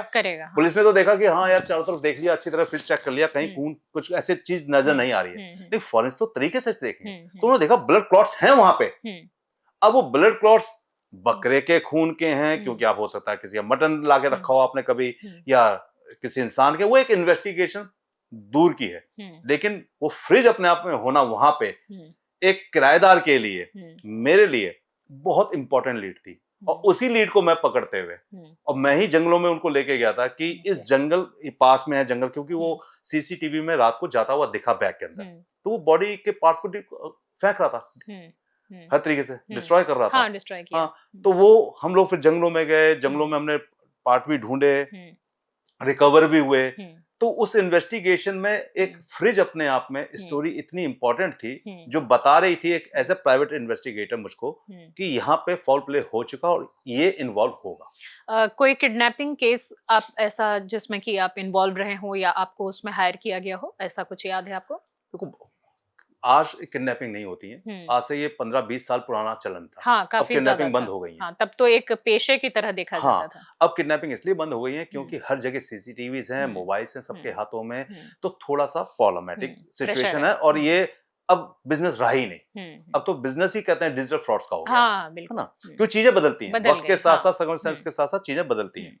आज से 20 साल पहले, 25 साल पहले जब कहते हैं किडनैपिंग होती थी, तो कई केसेस मेरे पास आए, कई केसेस के अंदर हमने इन्वेस्टिगेशन करी कि, और घर के ही लोग निकले। अच्छा। कई बार कहते हैं बिल्कुल अपने खुद भाई ने अपने छोटे भाई को इसलिए किडनैप किया और छुपा दिया, कहते हैं एक ऐसी जगह जाके, क्योंकि उसको लगता था कि मेरे को कहते हैं घर में वैल्यू नहीं मिल रही है, और मेरे को वो एक्सपेंस नहीं मिल रहे जो मुझे मिलने चाहिए, जो छोटे भाई को दिए जाते हैं। और क्या एज ग्रुप ये होता था? टीनेजर्स? मेरे ख्याल से हार्डली उसका, जिस बच्चे को छुपाया गया था उसकी थी हार्डली 13-14 के आसपास, और ये था 18-19 के आसपास। वही टीनेजर्स। हाँ, टीनेजर थे। तो जब इन्वेस्टिगेशन की गई, पकड़े गए, पुलिस को बताया गया, पुलिस ने उसको केस को रफा दफा भी किया, क्योंकि फैमिली मैटर हो गया था। तब भी बड़ी हैरानगी होती है, लेकिन अब ये चीजें नहीं रही हैं। अब सिनेरियो बदल चुका है। अब तो सिर्फ सोशल मीडिया, डिजिटल प्लेटफॉर्म, हाँ, ये जो फ्रॉड्स आ गए। डिजिटल फ्रॉड्स जो होते हैं, इनको भी ये भी केसेस आपके पास आते हैं फिर इनको तो, लेकिन इन्वेस्टिगेट करने में काफी ज्यादा प्रॉब्लम होती है। यस, डिजिटल फ्रॉड्स के केसेस हमारे पास आते हैं, लेकिन इस इन्वेस्टिगेशन प्रॉब्लम ये आती है कि जहां पे डिजिटल प्लेटफॉर्म्स हैं, उसकी जो इन्फॉर्मेशन है, उसके जो सर्वर्स हैं, वो इंडिया में नहीं है। तो और ऐसे इन्वेस्टिगेशन में सोर्सेस पुलिस के पास ही होते हैं, क्योंकि सरकारी कहते हैं, जो सरकार की तरफ से उनको पावर्स दी गई हैं, वो हमारे पास पावर्स नहीं है। और जो नहीं भी होते हैं वो कोर्ट से ले आते हैं, आप वो नहीं ले सकते। बिल्कुल, हम नहीं ले सकते। तो उस कंडीशन में हम लोग ज्यादातर उनको तरीका बताते हैं कि इस इन्वेस्टिगेशन कैसे कैसे कर सकते हैं और किस किस के पास जाएंगे और आपको क्या फायदा हो सकता है। लेकिन सोशल मीडिया पे किए गए जो कहते हैं अपराध हैं, उसमें हमारी कोई मदद नहीं हो पाती, ये सीरियसली है। किसी क्लाइंट का ऐसा कोई केस आपके पास आया जो कि मोरली गलत था और इस वजह से आपने वो लेने से मना कर दिया? अभी आपको एक केस मैंने बताया। हाँ, वो तो, लेकिन वो आपने लिया और बाद में आपको पता चला, कोई ऐसे केस भी? लेडी ने जब कहा कि आप इनके कहते खिलाफ किसी को प्लांट करके इंफॉर्मेशन लाइए, तो हमने वो केस लिया नहीं। अच्छा, पहले शुरू के ही दौर में पता चल गया? शुरू के दौर में मना कर दिया। एक बार एक जेंट्स आते हैं, कहते हैं कि मुझे जिससे शादी करनी है उसकी इन्वेस्टिगेशन करके बताइए कि वो लेडी गलत है या सही है। सिंपल केसेस हैं, लोग मैट्रिमोनी से पहले कराते हैं और कराना भी चाहिए। भाई आप पूरी जिंदगी रोए किसी के साथ बिताने हाँ, जा रहे हैं आप हाँ, पूरी तो जिंदगी, पूरी तो उसकी जिंदगी इन्वेस्टिगेशन थोड़ी करा और करा हमने लें। तो इन्वेस्टिगेशन में ये भी देखा है कि मेल को कई बार बता भी देते हैं ना, तब भी मेल नहीं मानता है, अच्छा, क्योंकि वो इतना ज्यादा इमोशनली पैचअप हो जाता है ओके, कई बार एज फैक्टर होते हैं। मान लीजिए किसी इंसान की एज 45 है, शादी उसकी आज तक हुई नहीं है, और उसको 39 41 की लड़की मिल गई, उसकी भी कभी शादी नहीं हुई है, उसको आप बता दो कि लड़की गलत है, तो तब भी आंख बंद कर लेगा। तो क्यों फिर आंख बंद कर लेगा? इन्वेस्टिगेशन कराते हैं क्यों हैं? इन्वेस्टिगेशन कई बार कराते भी नहीं है, उनको खुद भी महसूस हो जाता है, लेकिन वो आंख बंद करके ये कहते हैं अरे यार अब उम्र ही कितनी रही है, शायद बात बन जाएगी, शायद ओके, वो बाद में रोए, वो एक अलग बात है। तो लोग नहीं मानते हैं। लड़की को बता दिया जाए लड़का गलत है, लड़की नहीं मानेगी, क्यों? कहती मेरे को अब कोई मिलेगा ही नहीं, तो बेहतर है इसके पास तो घर है, गाड़ी है, नहीं मिलेगा नौकरी तो है। क्या किसी गलत के पास चले जाएंगे? भाई हो सकता है इसे हम सही कर दें। लोग ओवर कॉन्फिडेंट बहुत होते हैं ना, कई बार ये सोचते हैं कि एज फैक्टर ऐसा आ गया है, इस एज फैक्टर के अंदर अगर मैंने शादी नहीं की मेरी शादी नहीं होगी। ओके, अब मेरी शादी नहीं होगी, बड़ी मुश्किल से एक इंसान मिला है, मुझको एक सिक्योरिटी चाहिए, सिक्योरिटी में इस आदमी की नौकरी भी है, खाना भी अच्छा खिला देगा, बेचारा डरा दबका भी देगा क्योंकि उम्र इसकी ज्यादा हो गई है, तो पता नहीं क्या क्या सोच के इन्वेस्टिगेशन नहीं कराते हैं, चाहे उनको पता भी चल जाए। ऐसे लोगों के लिए काम करने की जरूरत भी नहीं है। हर आदमी अपने भाग्य खुद, अपनी डेस्टिनी खुद लिखता है, हु केयर्स। आप इतने सालों से इन्वेस्टिगेशन कर रहे हैं, अब तो मुझे लगता है कि बॉडी लैंग्वेज देख के या बात करके या बहुत कम टाइम में ही अब आपका जो लिमिटेशन है वो कम हो गया होगा, टाइम का ड्यूरेशन जो है किसी की जांच करने का, वो अब पैटर्न को समझकर आपको समय कम लगता होगा। देखिए इन्वेस्टिगेशन में हर एक का पैटर्न अलग है, सबसे बड़ी बात तो ये समझनी पड़ेगी। ओके, ओके, क्योंकि हम जब बात करते हैं इन्वेस्टिगेशन की, तो ए की आज इन्वेस्टिगेशन की, तो बी और सी, ए बी सी में कुछ कॉमन नहीं है। ना ये एक जगह रहते हैं, ना ये एक एज के हैं, ना इनकी एक प्रॉब्लम है, सब कुछ अलग है। तो हर एक का पैटर्न अलग है, हर एक की इन्वेस्टिगेशन अलग है, हर क्लाइंट की रिक्वायरमेंट अपने अकॉर्डिंग है। तो ये कहना कि आप किसी को भी देखेंगे और आप समझेंगे इतना ड्यूरेशन में काम हो जाएगा, नहीं। ओके, हाँ, समझ हम जरूर जाते हैं 1-2 महीने में कि स्टोरी क्या है, लेकिन स्टोरी के साथ आपको एविडेंसेस चाहिए। यहाँ पे कोई ये नहीं मानेगा कि मैं कहूंगा ये वो लड़की गलत है, मैं उसको वहां आपने देखा था सर, आपकी आंखों ने देखा, मेरी आंखों ने नहीं देखा। मैं तो आपको पैसे दिए हैं, तो मेरी आंखों को दिखाओ। अब उसकी आंखों को दिखाने के लिए ऑडियो वीडियो रिकॉर्ड फॉर्मेट, कोई पेपर फॉर्मेट कुछ तो चाहिए, उसमें टाइम लग जाता है, उस एविडेंस में टाइम लगता है। अब ये हम केस कर रहे हैं, 3 महीने पहले शादी हुई है, क्लाइंट कहता है कि मेरी वाइफ से बिल्कुल भी, कहते हैं इंटीमेसी बिल्कुल 1% भी नहीं है, कोई इमोशंस नहीं है, और मेरी वाइफ कहीं रात को लेट भी आती हैं, ऑफिस जाती हैं, वर्क फ्रॉम होम होता है, लेकिन वो ऑफिस के नाम पे जाती हैं, पता नहीं कहाँ जाती हैं। अच्छा, 1-2 बार मैंने सर्विलेंस करने की कोशिश की, तो एक गाड़ी में देखा, वो गाड़ी इतनी तेज घुमा के आगे घुमा फिरा के ले गया, तो मेरी हिम्मत नहीं पड़ी, मुझे लगा उसे शक हो गया है, तो आप कर दीजिए इस इन्वेस्टिगेशन को। अब हम देख रहे हैं वो लड़का मैरिड है, लड़की उसके साथ होटल पे जा रही है, हमारे पास ऑडियो वीडियो में आ गया है। अच्छा, वीडियो साफ दिख रही है कि लड़की उसके साथ इतने बजे होटल में घुसी, अब 3 स्टार होटल है। अब क्लाइंट कह रहा है कि मैंने वीडियो में देख लिया, लेकिन हम कैसे माने कमरे में गई थी? तो मैंने कहा इसका एक ही तरीका है, हमारे पास टाइमलाइन है कि इतने बजे से इतने बजे तक ये होटल में थी, लॉबी 3 स्टार की बहुत बड़ी लॉबी नहीं है, लॉबी में हमने देख लिया था नहीं थी, रेस्टोरेंट में भी देख लिया था नहीं थी, तो 99% रूम में होने की उम्मीद है। ये मेंटल क्रूल्टी की तरफ केस जाता है, क्योंकि आपकी वाइफ कह के गई थी कि मैं जॉब पे जा रही हूँ, हाँ, लेकिन वो होटल में थी, किसी और के साथ, किसी होटल में थी, और ये जो लड़का है ये इसका स्कूल का फ्रेंड है, ओके, ओके, स्कूल कॉलेज का फ्रेंड है, अच्छा, उसके साथ जा रही है, और ये आपकी शादी में भी नहीं आया था। तो आप एक काम कीजिए, आप मेंटल क्रूल्टी का केस बनाइए, कोर्ट में डालिए, और कोर्ट से बोलिए कि ऑर्डर मंगा डाल के होटल से रिकॉर्ड मंगा ले। बिल्कुल, बिल्कुल, क्योंकि अगर आप मेरे से रिकॉर्ड लेना चाहते हैं तो उसमें फिर टाइम लगेगा, क्योंकि मुझे होटल में रुकना पड़ेगा, रिकॉर्ड लेने के लिए किसी को ट्रैप करना पड़ेगा, उसको एक अमाउंट देना पड़ेगा, उसमें टाइम लगेगा।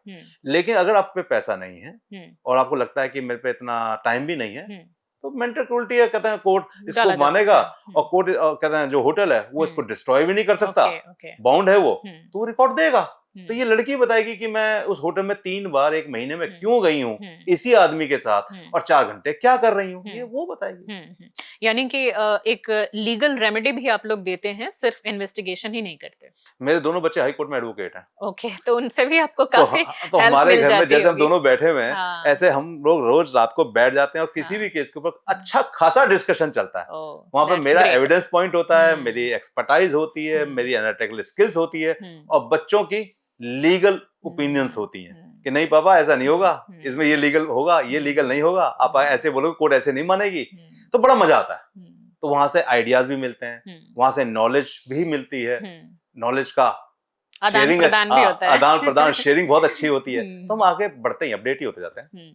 ज्यादा बड़ा क्या है अपराध, जासूसी कराना या धोखा देना? धोखा देना। तो इसलिए आपको लगता है कि आपका जो काम है वो फिर भी दायरे में है मोरली? देखिए, जासूसी आप कब करा रहे हो? जब शक है। जब शक है, जब धोखा हो रहा है, तो धोखा सबसे बड़ा अपराध है ना। आप धोखा मत दीजिए, लेकिन आप ऐसे कहेंगे तो फिर तो सोसाइटी भी खत्म हो जाएगी, दुनिया भी खत्म हो जाएगी, फिर पुलिस की क्या जरूरत है? भाई क्राइम मत कीजिए, चलिए क्राइम भी नहीं करेंगे, पुलिस भी, फिर जज की क्या जरूरत है? कोर्ट भी बंद कर दीजिए। तो ये हो नहीं सकता। ये सोसाइटी है, इसमें इविल भी हैं, गॉड भी हैं, अच्छे भी हैं, बुरे भी हैं, तो ये सब तो चलता रहेगा। तो आप इन्वेस्टिगेशन को यानी कि जो प्राइवेट डिटेक्टिव आप हैं, इस पेशे को आप किस तरीके से देखते हैं? अगर आपको 10 में से पॉइंट्स देने हो। 10 में से 10 ही दिए जा सकते, मैं तो 10 में से 100 देना चाहूंगा, क्योंकि प्राइवेट डिटेक्टिव प्रोफेशन नहीं, अपने से भी ज्यादा अच्छा है कि पैशन है मेरा। हाँ। मैं इसको 35 साल से कर रहा हूँ, मैं लोगों की मदद कर रहा हूँ, मदद के साथ मैं अपनी भी मदद कर रहा हूँ। मैं सोसाइटी में सरवाइव कर रहा हूँ, मैं अच्छा जी रहा हूँ, मेरा अपना एक स्टेटस है, मेरा पास अपना एक फेम है, मैं पूरी दुनिया घूमता हूँ और मुझे मजा बहुत आता है इस काम में। तो नेचुरली मैं तो हर जीवन के अंदर प्राइवेट डिटेक्टिव बनना चाहूंगा। इससे बेहतर मुझे कुछ लगता है इन दुनिया के अंदर। ओके, आपकी टीम में लगभग कितने लोग हैं, मेल फीमेल सब, और किस तरह से ऑपरेट करते हैं? ये पर्सनल क्वेश्चन है। और ये पर्सनल में आएगा? हाँ, पर्सनल में आएगा, क्योंकि हमारे पास कितने लोग हैं, हमारे कहाँ ऑफिसेज हैं, ये सब थोड़ा सा बताना ठीक नहीं होता। ओके, परफेक्ट झूठ अगर कोई बोल रहा हो और ट्रेसेस बिल्कुल ना छोड़ रहा हो पीछे, फिर क्या आप लोगों के पास रास्ता बचता है? कैसे उसको इन्वेस्टिगेट करते हैं? या बहुत ज्यादा फिर टाइम लगता है, ज्यादा पैसा लगता है, कैसे उसको जस्टिफाई करते हैं फिर क्लाइंट को? आप ये समझ लीजिए, इस दुनिया के अंदर ऐसा कोई क्राइम नहीं है जिसके अंदर एविडेंसेस ना छूटे। ऐसा कोई क्राइम ही नहीं है। फिर भी बहुत सारे केसेस अनसॉल्व्ड क्यों रह जाते हैं? अनसॉल्व्ड इसलिए रह जाते हैं कि जो इन्वेस्टिगेशन टीम्स हैं उनकी नजरों से वो एविडेंस नजरअंदाज हो जाते हैं। नंबर 1। नंबर 2, कई बार इन्वेस्टिगेशन इतनी लेट शुरू की जाती है कि वहां एविडेंस डिस्टर्ब हो जाते हैं। Otherwise proper investigation time line के अंदर की जाए तो मेरा मानना है, और कॉन्फिडेंट हूं मैं, कि किसी भी अपराध में अपराधी को सजा से बचाया नहीं जा सकता। प्रॉब्लम ये है, हमारी पुलिस के ऊपर प्रेशर बहुत रहता है।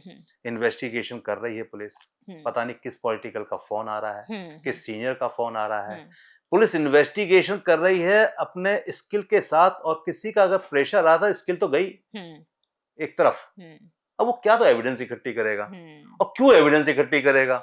तो अनसॉल्व्ड केसेस जो रह जाते हैं उसमें ज्यादातर प्रॉब्लम ये है कि पुलिस के ऊपर लोड बहुत है, इधर उधर से कॉल्स बहुत हैं, प्रॉपर उनको काम करने का मौका नहीं मिलता, या दबाव, और दबाव जो है, प्रेशर है, वो कहीं ना कहीं अपराधियों को बचने का मौका देता है। एक आखिरी सवाल, क्योंकि हमारा काफी लंबा हो गया इंटरव्यू, वो ये कि क्या पॉलिटिशियंस भी एक दूसरे को स्पाई कराते हैं? 100% कराते हैं। पॉलिटिशियन तो जब से पॉलिटिक्स है तब से करा रहे हैं, क्योंकि पॉलिटिशियन इसलिए कराते हैं, बड़ा सिंपल सा लॉजिकली आपको मैं जवाब दे रहा हूं। एक कॉन्स्टिट्यूशन है, वहां पे कितने लोगों को टिकट मिलेगा? हार्डली 10 में से एक ही आदमी को मिलेगा। अब जो 9 लोग हैं वो शांत बैठ पाएंगे? वो 9 लोग जानते हैं कि अगर हम इस बार खड़े नहीं हुए, हमें टिकट नहीं मिला, तो हम 5 साल के तो खत्म।